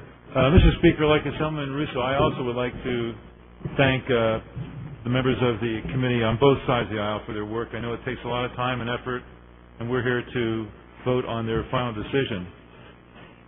Mr. Speaker, I don't really have a lot to say about the bill itself, but as we were speaking before you came back to the rostrum, I looked around the room and I saw Assemblyman Cohen, I will see Assemblyman Cohen, I will see Assemblyman Imperveduto, I see Assemblyman Russo and Rooney, and DeCroce and DiGaetano. They were in the Assembly when I came here in 1992. Assemblyman Azzolina, Assemblyman Bateman, and Assemblyman Corradimos were with me in 1992. We were one of 58 Republicans. There were 4 of us left. There was a tide that swept us to office. The tide was $1.8 billion in taxes that Governor Florio and the Democratic legislature passed the previous year. And now tonight we're looking at $4 billion, a 17% increase, more borrowing, and more taxes. As we look back at history, the tide changes, the time changes, and time rolls on. And I certainly hope, and I think we look at the time whenever we vote tonight, the tide will change. The over 20 taxes that we have imposed, or you have imposed on the citizens of our state, those 8 million people, those 1.5 million people that you think you've helped, are not going to be helped. They're going to be starved by the taxes you have placed upon them. In our haste to see that the budget gets done, and our haste to see that things get done expeditiously, I think we've overlooked our main responsibility, and that is to the people that we represent. Mr. Chairman, Mr. Speaker, members of the committee, I thank you for your work, but we still have to vote. And Mr. Chairman, I hope that before we vote, we can all look at our conscience and see what have we done to the people of New Jersey. Thank you. Thank you, Assemblyman. Assemblyman Bodine.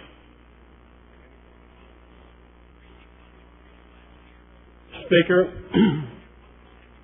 Mr. Speaker, Assemblyman Greenwald, in his opening comments, I do recall the comment that we were flush with cash, and he very eloquently espoused the many, many needs of our children and our neighbors. He also talked about investing in our state. This afternoon we discussed 23 bills which impact all walks of life in the state of New Jersey for very worthy issues, property tax relief and charity care. It seems that it's an all-inclusive budget. But there's one area that I'm a little bit disappointed, and I feel that there is a group that were left out. if we're going to invest in the state of New Jersey, I think that we should have included contractors, construction workers, and engineers, who are the heartbeat of the continued economic development in this state. I feel that they should have shared in the increased spending, bonding, and taxes. To me, this budget could have been a bridge to a new transportation trust fund. Thank you, Mr. Speaker. Thank you, Assemblyman. Assemblyman Greenwald. Thank you, Mr. Speaker, and thank you to everyone who has stayed throughout these proceedings and voiced their concerns and their opinions. We take them seriously, as we have through all the public hearings throughout this process.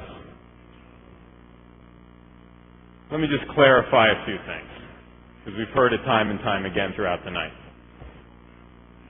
If we are flush with money, it is not I who have said this, but it is every study that has said that New Jersey is the fourth strongest economy in this nation.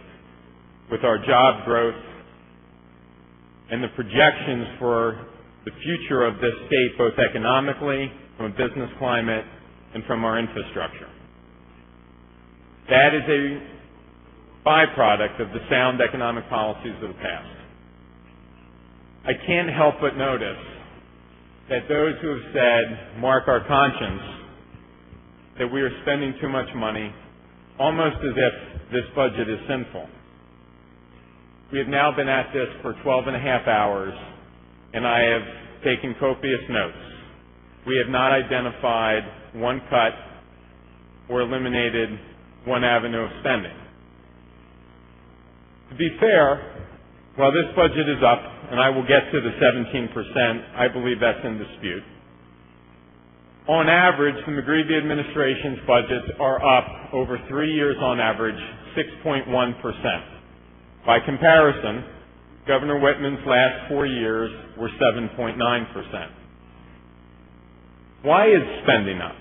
We heard over the last 2 years, not enough relief, not enough help to municipalities, not enough breaks for school districts. The impact, as we held the line on spending, school districts up 6.5%. We've heard comments of 14% rises in property taxes. This budget puts over $14 billion in the property tax relief. An additional $2 billion over where we were last year. Its purpose, its intent, to help alleviate that burden of property tax relief. I look at our budget and where we are. We have 15 departments within the state. If you pull together those 15 departments, in 14 of them, we are down $53 million in spending. That is our operational cost. Of that operational cost, 14 out of 15 budgets, we have cut $53 million in spending. That is the part of government that this House and this government that we represent has the greatest control over. Where are we up? We are up $125 million for DIFAS. My friend, Mr. Panaccio, says don't use them as a political tool. Every paper in the state, every member of this House has said we must fund DIFAS. And we are, and we will. We say don't use children as political tools, yet we have referenced our children will be paying the debt that is incurred here today. Who in this House would think that I would burden my children as much as we have espoused the love of all of our children? Why would I shackle my children with that expense? But if my children choose to smoke, then yes, they will pay their burden. If they're a bad driver, who we have recognized for years, have helped incur the cost of rising auto insurance rates, they will pay their fair share. If my children don't smoke, if they are safe and sound drivers, they will not pay an ounce of this burden. Ladies and gentlemen, I'm looking at, I asked people, where are the cuts? Cancer program, $36 million. Charity care for health care for working families, $583 million. DIFAS program, $125 million. The Fair Share Program, $830 million in additional property tax relief for over $14 billion. Colleges, construction capital costs. We had a roundtable discussion where every college in the state attended, and they said, we have a brain drain in our state because we have no capacity for our children. We must have construction costs. We added $350 million to that. Ladies and gentlemen, that totals $1.9 billion. That is what we are borrowing. People say we are not building. We have nothing to show for it. Tell me what is not productive about building on our colleges, campuses, our state colleges, our state universities, our research centers. Tell me what is not building and if we are going to invest in the children of DYFS. Tell me if we are not building, if we are investing $583 million in the second largest employer in the state, our hospitals.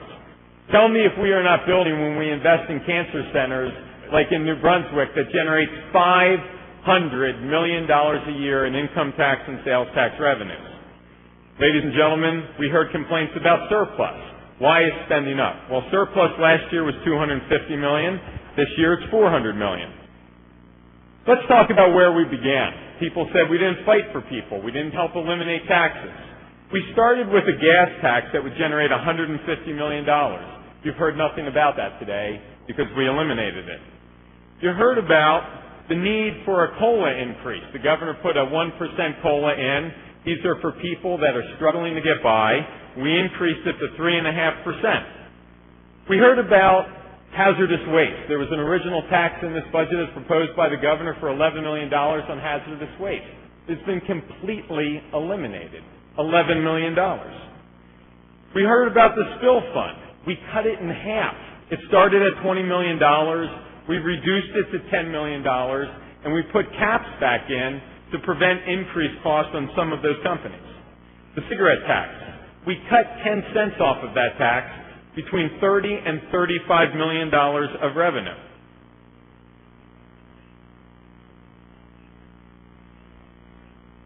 We restored nursing home funding, $47 million, which got a match of $94 million. There was a $5 patient fee for people when they had to go for sick treatment. We eliminated that.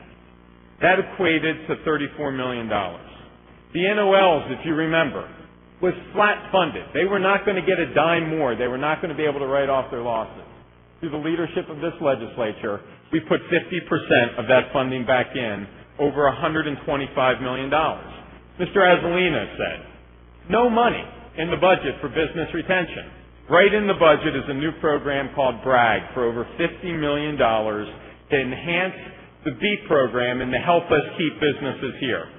The realty transfer tax, it started taxing homes at $150,000. We raised the level to $350,000, above the average cost of a home. People said, that's going to hurt the market. Values of homes will go down. You heard Joe Cryan say last year, the values of properties and sales went up 10%. Let's talk about 17%. The myth out there is state spending is up $4 billion because that's what you look at what we passed this time last year. There have been tragedies from that time until today. We have had orange alerts, which meant we had to spend more money than was anticipated. We had a severe winter, which meant we had to spend more money for snow removal. We had a DYFS problem, which meant an influx of more capital. Budgets passed in I&J districts around the state, which triggered a court order for more money for Abbott districts. It's not a choice. It may be a need. It may not be a need. Depends on where you are philosophically. But it must have been spent to fulfill our requirements to the school districts. So if you look at where we end up tonight and where we start in July, there's a 13% increase. Let's explain that for you. We have 52%. More than half of the increase is in spending for property tax relief. 27% of that, or $894 million, is in increased direct property tax relief for over 3 million families in this state. I am interested when Assemblyman Rump stands up and says he can't vote for this bill, he can't vote for this budget because there's increased spending. Yet he voted for that fair tax that generates that money which has increased the spending of this state by almost 4%. And he has asked for that to not be accounted for and that we have runaway spending. And in addition to that, because that's not enough property tax relief for the Rump District, we have put an additional $549,000 into what are growth districts in the Rump District that he will vote against because he will say spending is too high. In addition to that, we have more for Mr. Rump. We have non-Abbott districts. Mr. Rump will receive almost $300,000 additional monies for Hamilton Township and Lakehurst Borough. According to Mr. Rump, we should vote this spending down to the people that he represents. You heard, the poor people that he represents should not receive that relief. Almost 13 hours, ladies and gentlemen. These are the decisions that have to be made. Will you cut these programs? Will you scale this back? My friend Mr. Bramnick said, we just can't afford it. Can we not afford it? Or can the people of Hamilton Township and Lakehurst Borough not afford the relief that this budget provides them? My friend Mr. Thompson, we're spending too much money. Literally moments before this debate started, happily came up to me on something that he should be very proud of, that he argued and fought for 20 years. A health lab for agriculture to make sure in this time of terrorism that the food that comes out of this state will be safe to eat. It cost $50 million. Mr. Thompson has asked me, and I have graciously agreed, that he can be a co-prime sponsor on that bill with me for $50 million of increased spending. Where do you get the money? I'm dumbfounded by where we go and how we attack these problems. Let's talk about more of the 17%. 25%, or an additional $824 million, is for increased municipal and school aid and community grants. That's property tax relief. Mike, get the cameras here. Let's see a show of hands of everyone in this room who is willing to cut that from the budget. Anybody? Who wants to cut that from the budget? Let's see the hands. Raise the hands. Mike, I don't see any hands. Let's see. 27%, $906 million for increased spending on health care and children's welfare. $200 million of that is for health care for working families. $125 million for DIFAS, which we've already talked about and adamantly support. $455 million to replace nursing home aid that was cut by the federal government. Who votes to cut nursing home aid? Who votes to close nursing homes? Anybody? I see no hands again. $9.5 million to support the stem cell research. Some hands would go up for that. But it's $9.5 million out of $4 billion or $3.3 billion that you're looking for. We got to go a long, long way, guys. $21 million increase, or a total of $39 million for cancer. Who wants to cut cancer? Anybody? Raise your hand if you don't believe in funding cancer programs. Let's talk about that for a second. I believe in the philosophy of spending to make money.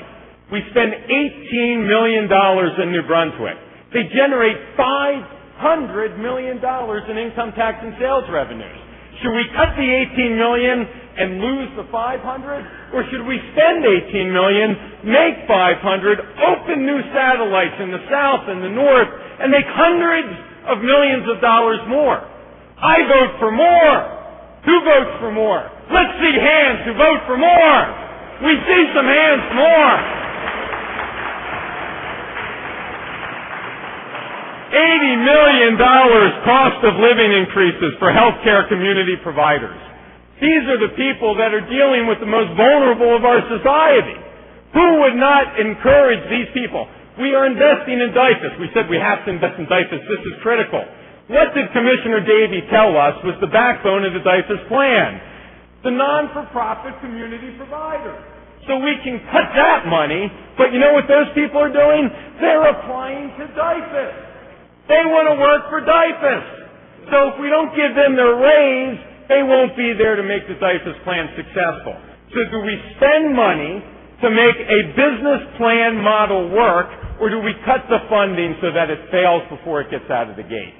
I say you spend the money in a business model to be productive, to save the lives of the children. Who wants to save lives of children? Raise your hand! Raise your hand! Let's see what else we got in this 17% increase. We got $66 million to increase developmentally disabled group homes, veterans nursing homes, early childhood intervention. I say we vote for the veterans. Ladies and gentlemen, let's get down to another 5%. 5% or $159 million to keep tuition affordable through increased investment in higher education, student financial aid, and new Jersey Stars program for scholarships. Ladies and gentlemen, in California, the only other state that saw a fiscal crisis as bad as New Jersey, a newcomer to government, Governor Schwarzenegger, a Republican. What did his advisors tell him to do the moment he got there? They said invest in higher education. Why?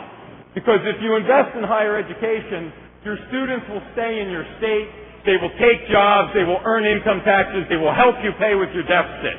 So what we have now done is invested in higher education. 2% more, $85 million for New Jersey Transit. That's the Camden River line. That was before my time. We help you with that. 14% more, $455 million for state functions, including negotiated raises, retiree health benefits, debt service, arts, tourism, history, grants, drug courts. Ladies and gentlemen, that's the backbone of our society. How do we cut that? It results in property tax increases. Ladies and gentlemen, we're having a little fun. The hour's late. I say this sincerely. I appreciate all of your work, and I appreciate what you do. And I know how hard and committed everyone in this house is. We posture for politics, and our residents suffer. It would be interesting to me if we had a law that said, if you didn't vote for the budget, you couldn't get this money in your district. Imagine instead of sending a rebate check to a senior, you had to send a report card for your vote. And you had to tell them, I'm sorry, I thought we were spending too much. You're not going to get your rebate check. I wonder who would say then that we were taxing people to death. I wonder if you went to the children of DYFS and you said, you know something, you'll be okay next year. Your year will be next year. Because we're just spending too much. We don't have the money. Can the children of DYFS wait? No, they can't.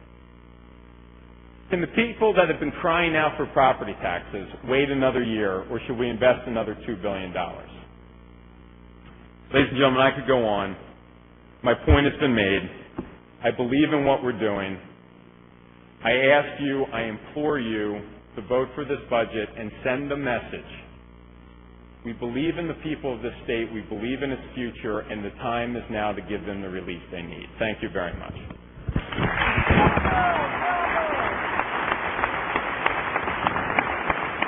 Assemblyman DeCroce. Thank you, Mr. Speaker. Mr. Speaker, the hour grows late, but I want to commend you for putting up with all of us, frankly. It's been a long night and a lot of discussion. We've had a great deal of discussion about this budget, but now the time grows near to decide how we will vote on this spending plan.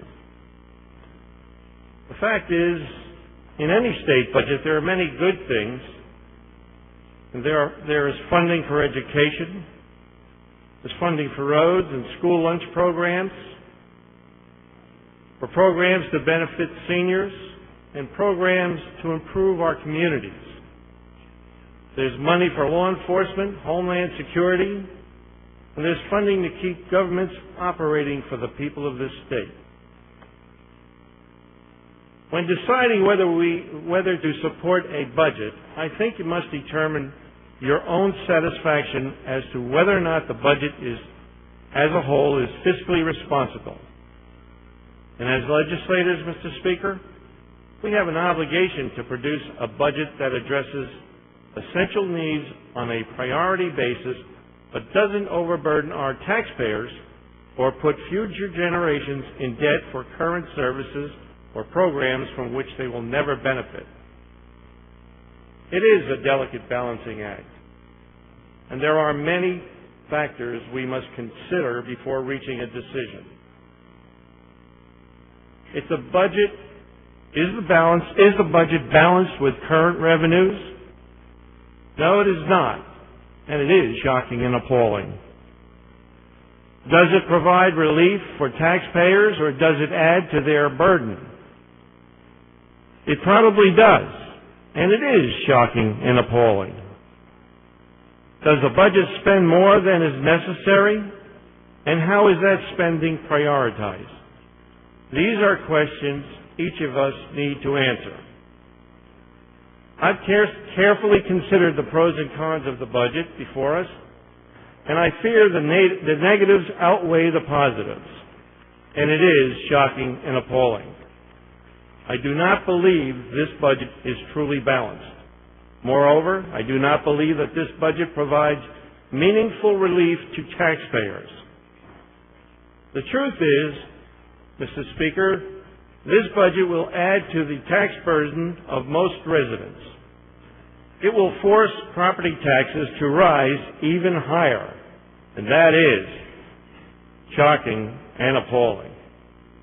And without question, this budget will spend an exceptional amount of money, a staggering 17%.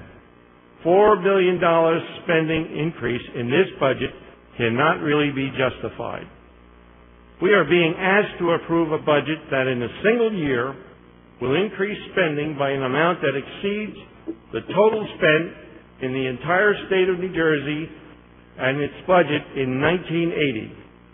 Many people in this chamber have complained that too much money was spent under the prior Republican administrations. Yes, spending did rise, but let's really put it in perspective. The largest single-year budget increase during the last decade was 8% in 1999. It amounted, Mr. Speaker, to $1.4 billion, only a third of this year's increase.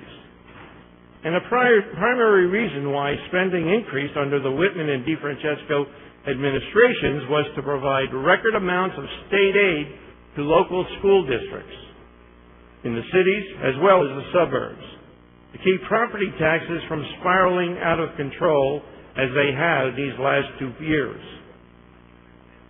What is incredible is that we are increasing spending by double digits, 17%, and only a minimal amount of this new money is going to school aid.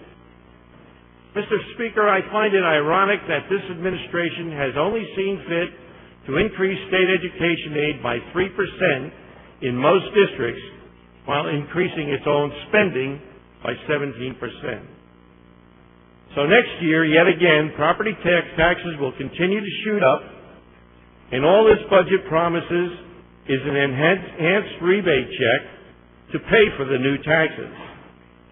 Budgeting is about priorities, and when you propose raising taxes and spending, $4 billion that we did this year, education should be one of those priorities. The taxpayers will pay for this spending spree for years to come, Mr. Speaker. They will pay for it through taxes on telephone lines, health care services, tire purchases, new home purchases, accelerated motor vehicle registration fees, and a variety of other taxes, fees, and gimmicks. If you sell your house, my business, in the state of New Jersey now, to move to a no home, at the average cost of a home in New Jersey, you'll probably pay approximately $2,200 in real estate transfer fees. That's $925 more in real estate transfer taxes than you would have had to pay just 2 years ago. If you do the math, Mr. Speaker, you'll find that the average amount of rebate check that the homeowner is slated to get this year will not even cover the increase in this realty tax. If you buy a car this year, you'll have to pay 4 years of registration fees up front. We are talking about hundreds and hundreds of dollars. Yet if you sell that car in less than 4 years, you don't get a refund. Additionally, you'll have to pay a new tax for each tire on the new car you may purchase. Anyone who's using a telephone, and who doesn't? I have several lines coming into my home, many lines coming into my offices. Anyone who uses a telephone and who doesn't would be taxed under this budget. Anyone who seeks medical treatment at a non-hospital facility will be subject to a new tax under this budget. I don't know about you, but taxing people when they are sick seems to me to be, seems to be a little bit sick. This budget will also levy a tax on cosmetic medical procedures, and apparently that tax will affect families. But it isn't just the taxpayers of today who will pay for this budget. Children who are born this week will be paying for this budget some 20 years from now, and they'll never see the services we'll be giving them next year. Balancing this budget by borrowing nearly $2 billion for operating expenses is nothing short of fiscal madness. So, Mr. Speaker, we'll be paying for the next 20 to 40 years for state services that will come and go in the next calendar year, but that is the height of fiscal irresponsibility. And according to legal opinions from the Office of Legislative Services, it may be also unconstitutional. Mr. Speaker, the budget before us today may have some good points, but it is such a reckless, poorly constructed spending plan that I can't, in good conscience, support this budget. It fails too many. It even misses the benchmarks set by the governor when he declared that the days of irresponsible borrowing and runaway spending are over, and that's a quote. He also said he would refuse to spend money that we did not have. That's a quote. I will vote against this budget, Mr. Speaker, and I respectfully offer the following words of caution to those who are inclined to support this budget. By casting a yes vote today, you are guaranteeing a budget nightmare down the road. Somebody will have to pay the price. And sadly, Mr. Speaker, as always, that somebody will be the taxpayers of the state. And yes, they will be shocked and appalled. Thank you, Mr. Speaker. Thank you, Assemblyman. Assemblyman Wolf.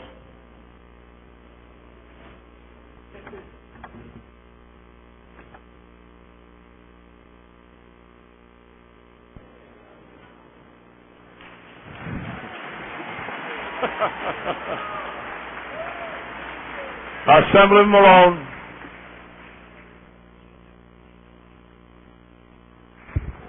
Mr. Speaker, I was quite interested in the comments made by my colleague, Assemblyman Greenwald. I accept his challenge. I asked him if he's willing to move the budget back to second reading for the purposes of amendment. The Budget Committee reconvened, and we looked to see where we can cut this budget. You've challenged me, Mr. Greenwald. Let's do the dance. Are you ready to do that?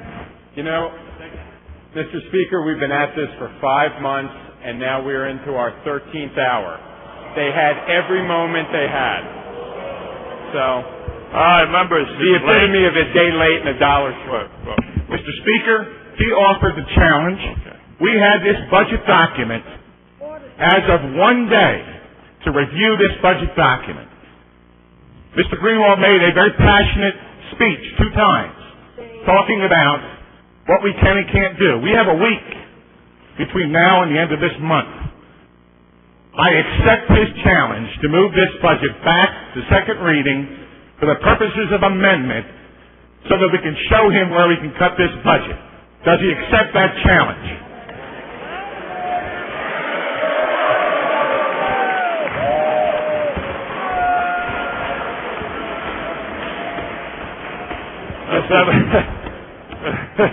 Assemblyman Greenwald. Do you have any amendments, Assemblyman Malone? That was his suggestion. He offered the challenge. Are you making an amendment? Are you making a motion to amend? I make a motion that it be moved back to committee to the purposes of amendment. Okay. Is there a second? Okay. Assemblyman Greenwald, why do you rise? Mr. Speaker, I move to table that. A second? Yes. All those in favor of the table signify by saying aye. All opposed say nay. The ayes have it. This is getting out of here. You want a machine vote? All right. Yeah, machine vote.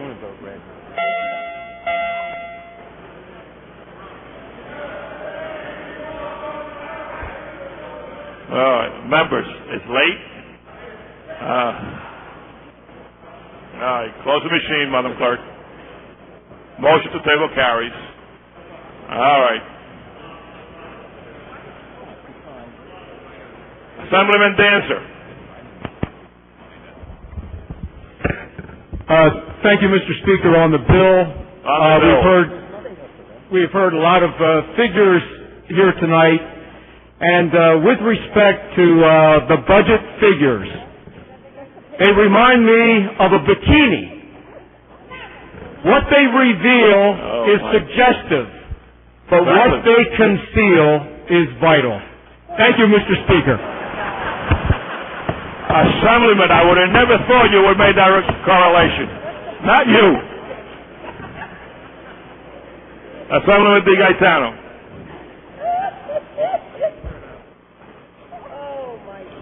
I was hoping not to have to speak tonight on this budget, Mr. Speaker, or this morning. But there's an interesting display moments ago, and there was a discussion of raising hands. Let's see the hands rise now. There are no phones permitted. Would you please shut them off? For those who want to eliminate the spending for senior care, family care, kid care, senior property tax freeze, the Sabre checks.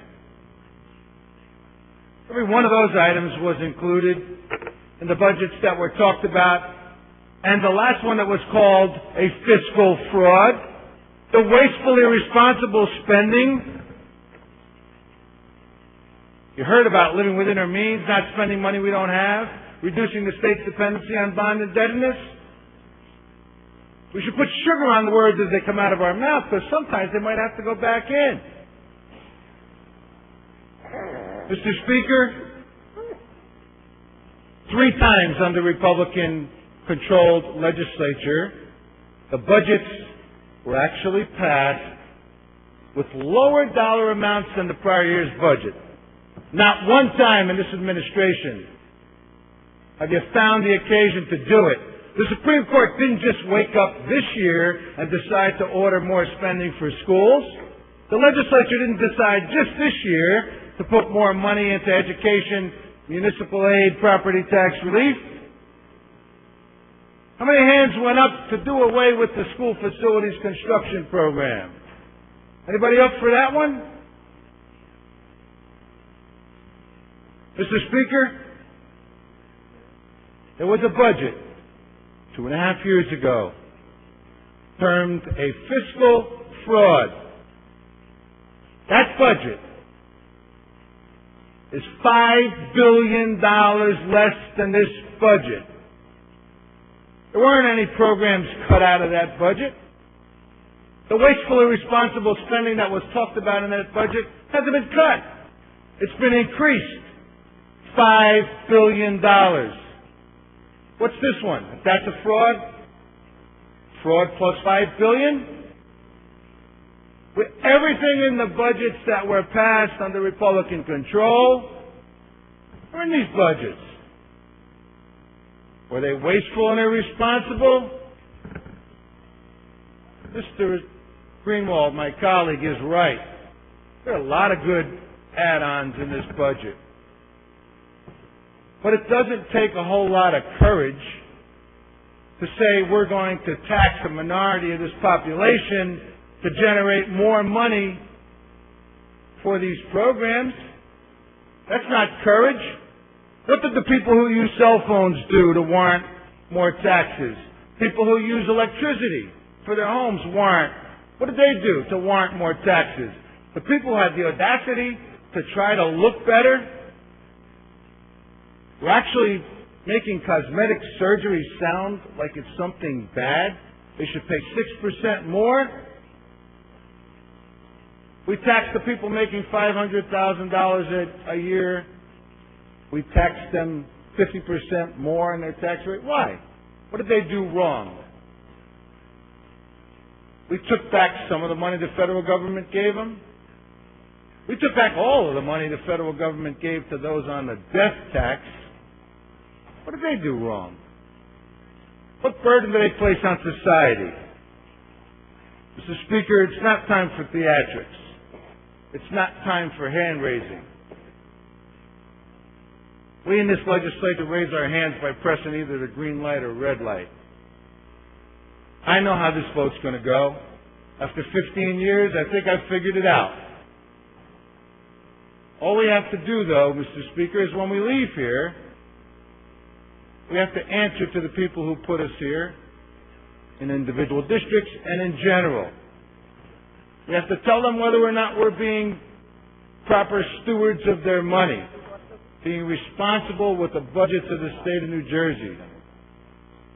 But if the budget 2.5 years ago at 22-point-something billion was a fiscal fraud, I don't know what you call this one, Mr. Speaker. I know how the vote's going to go, and I think I know how the people of the state of New Jersey are going to react. I don't think the people of New Jersey are looking for this legislature to raise this budget 14, 15, 16, 17% over last budget with 17 new taxes. I don't think they're asking for that. I don't think that's the relief they're looking for. I don't think that's the direction to take this state. So when this budget comes up for a vote, the symbolic raising of hands from this desk is going to be a red light. Thank you, Mr. Speaker. Assemblyman Murray.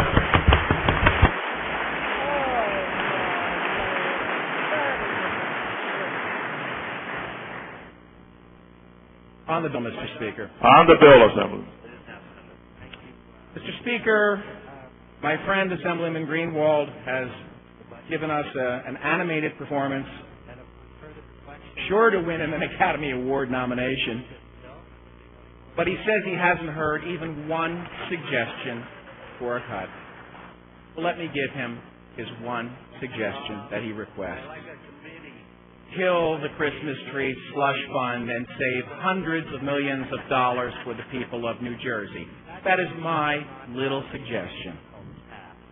The bottom line, Mr. Speaker, is this. We have a 17% hike in state spending. That's a wacky number. And 17%, Mr. Speaker, is the real figure per, not me, but the Newark Star Ledger. Not 13%, 17%. Mr. and Mrs. New Jersey, you make the call. You decide who's telling the truth on this question. This is an irresponsible tax, borrow, and spend budget. Everybody in this room needs to know that. Everybody in this room does know that. The people of New Jersey deserve to know that. The people who vote for this budget are voting for a 17% increase in state spending, Mr. Speaker, and no circus performance can change that. Thank you. Thank you, Assemblyman. We have a bill remains on the clerk's desk. Clerk. Motion by Assemblyman Greenwald, resolved that pursuant to Rule 15:20, Senate Bill Number 2005 be substituted for Assembly Bill Number 3100, with which is identical, that Assemblyman Greenwald and Payne and all co-sponsors be joined as co-prime sponsors of Senate Bill 2005. Thank you, Madam Clerk. Assemblyman Greenwald. Mr. Speaker, I move the substitution. Assemblyman Greenwald moves the substitution. All those in favor signify by saying aye. All opposed say nay. The ayes have it. So moved. Madam Clerk. On third reading and final passage, Senate Bill Number 2005, sponsored by Senator Bryant. An act making appropriations for the support of state government and the several public purposes for the fiscal year ending June 30, 2005, and regulating disbursement thereof. Assemblyman Greenwald. Mr. Speaker, I proudly move the bill. Assemblyman Greenwald moves the bill. Madam Clerk, open the machine for a vote.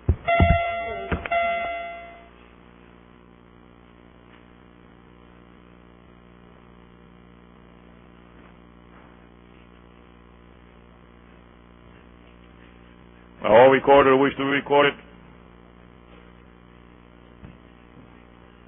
Properly recorded. Madam Clerk, close the machine, take a tally. Mr. Speaker, Senate Bill 2005 has received 44 votes in the affirmative, 34 votes in the negative, and 1 abstention.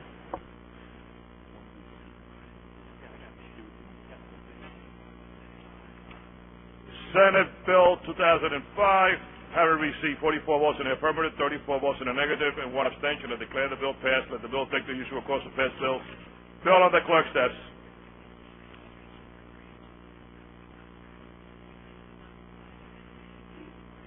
On third reading and final passage, Assembly Bill Number 3120, sponsored by Assemblyman Van Drew, Roberts, and Blaine.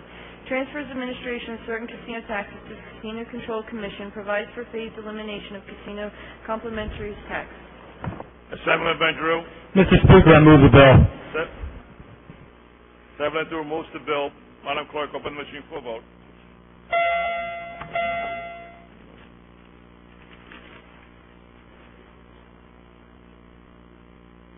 Madam Clerk, close the machine, take a tally. Mr. Speaker, Assembly Bill 3120 has received 78 votes in the affirmative, 0 votes in the negative, and no abstentions. Assembly Bill 3120, having received 78 votes in the affirmative, no votes in the negative, and no abstention, I declare the bill passed. Let the bill take the usual course of passed bills. Bill on the clerk's desk.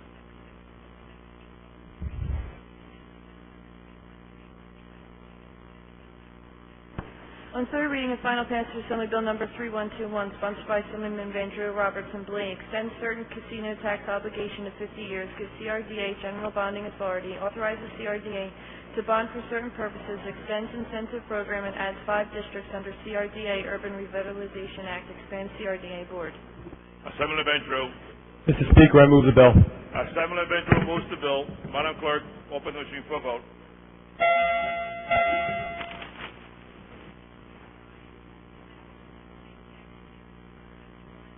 All recorded wish to be recorded. Properly recorded. Madam Clerk, close the machine and take a tally. Mr. Speaker, Assembly Bill 3121 has received 77 votes in the affirmative, 1 vote in the negative, and 1 abstention. Assembly Bill 3121, having received 77 votes in the affirmative, 1 vote in the negative, and 1 abstention, I declare the bill passed. Let the bill take the usual course of passed bills. Bill on the clerk's desk. Motion by Assemblyman Greenwald, resolved that pursuant to Rule 15:20, Senate Bill 2004 be substituted for Assembly Bill Number 3122, with which is identical, and that Assemblyman Greenwald, Mo Carl Sponsors, be joined as co-prime sponsor of Senate Bill 2004. Assemblyman Greenwald. Mr. Speaker, I move the substitution. Madam Clerk. Assemblyman Greenwald, substitution. All those in favor? Assemblyman Greenwald moves the substitution. All those in favor signify by saying aye. Aye. All opposed say nay. The ayes have it. On third reading and final passage, Senate Bill Number 2004, sponsored by Senator Bryant, makes fiscal year 2004 supplemental appropriation of $358,707 from the general fund to property tax relief and authorizes certain additional appropriations. Assemblyman Greenwald. Mr. Speaker, I move the bill. Assemblyman Greenwald moves the bill. Madam Clerk, open the machine for a vote.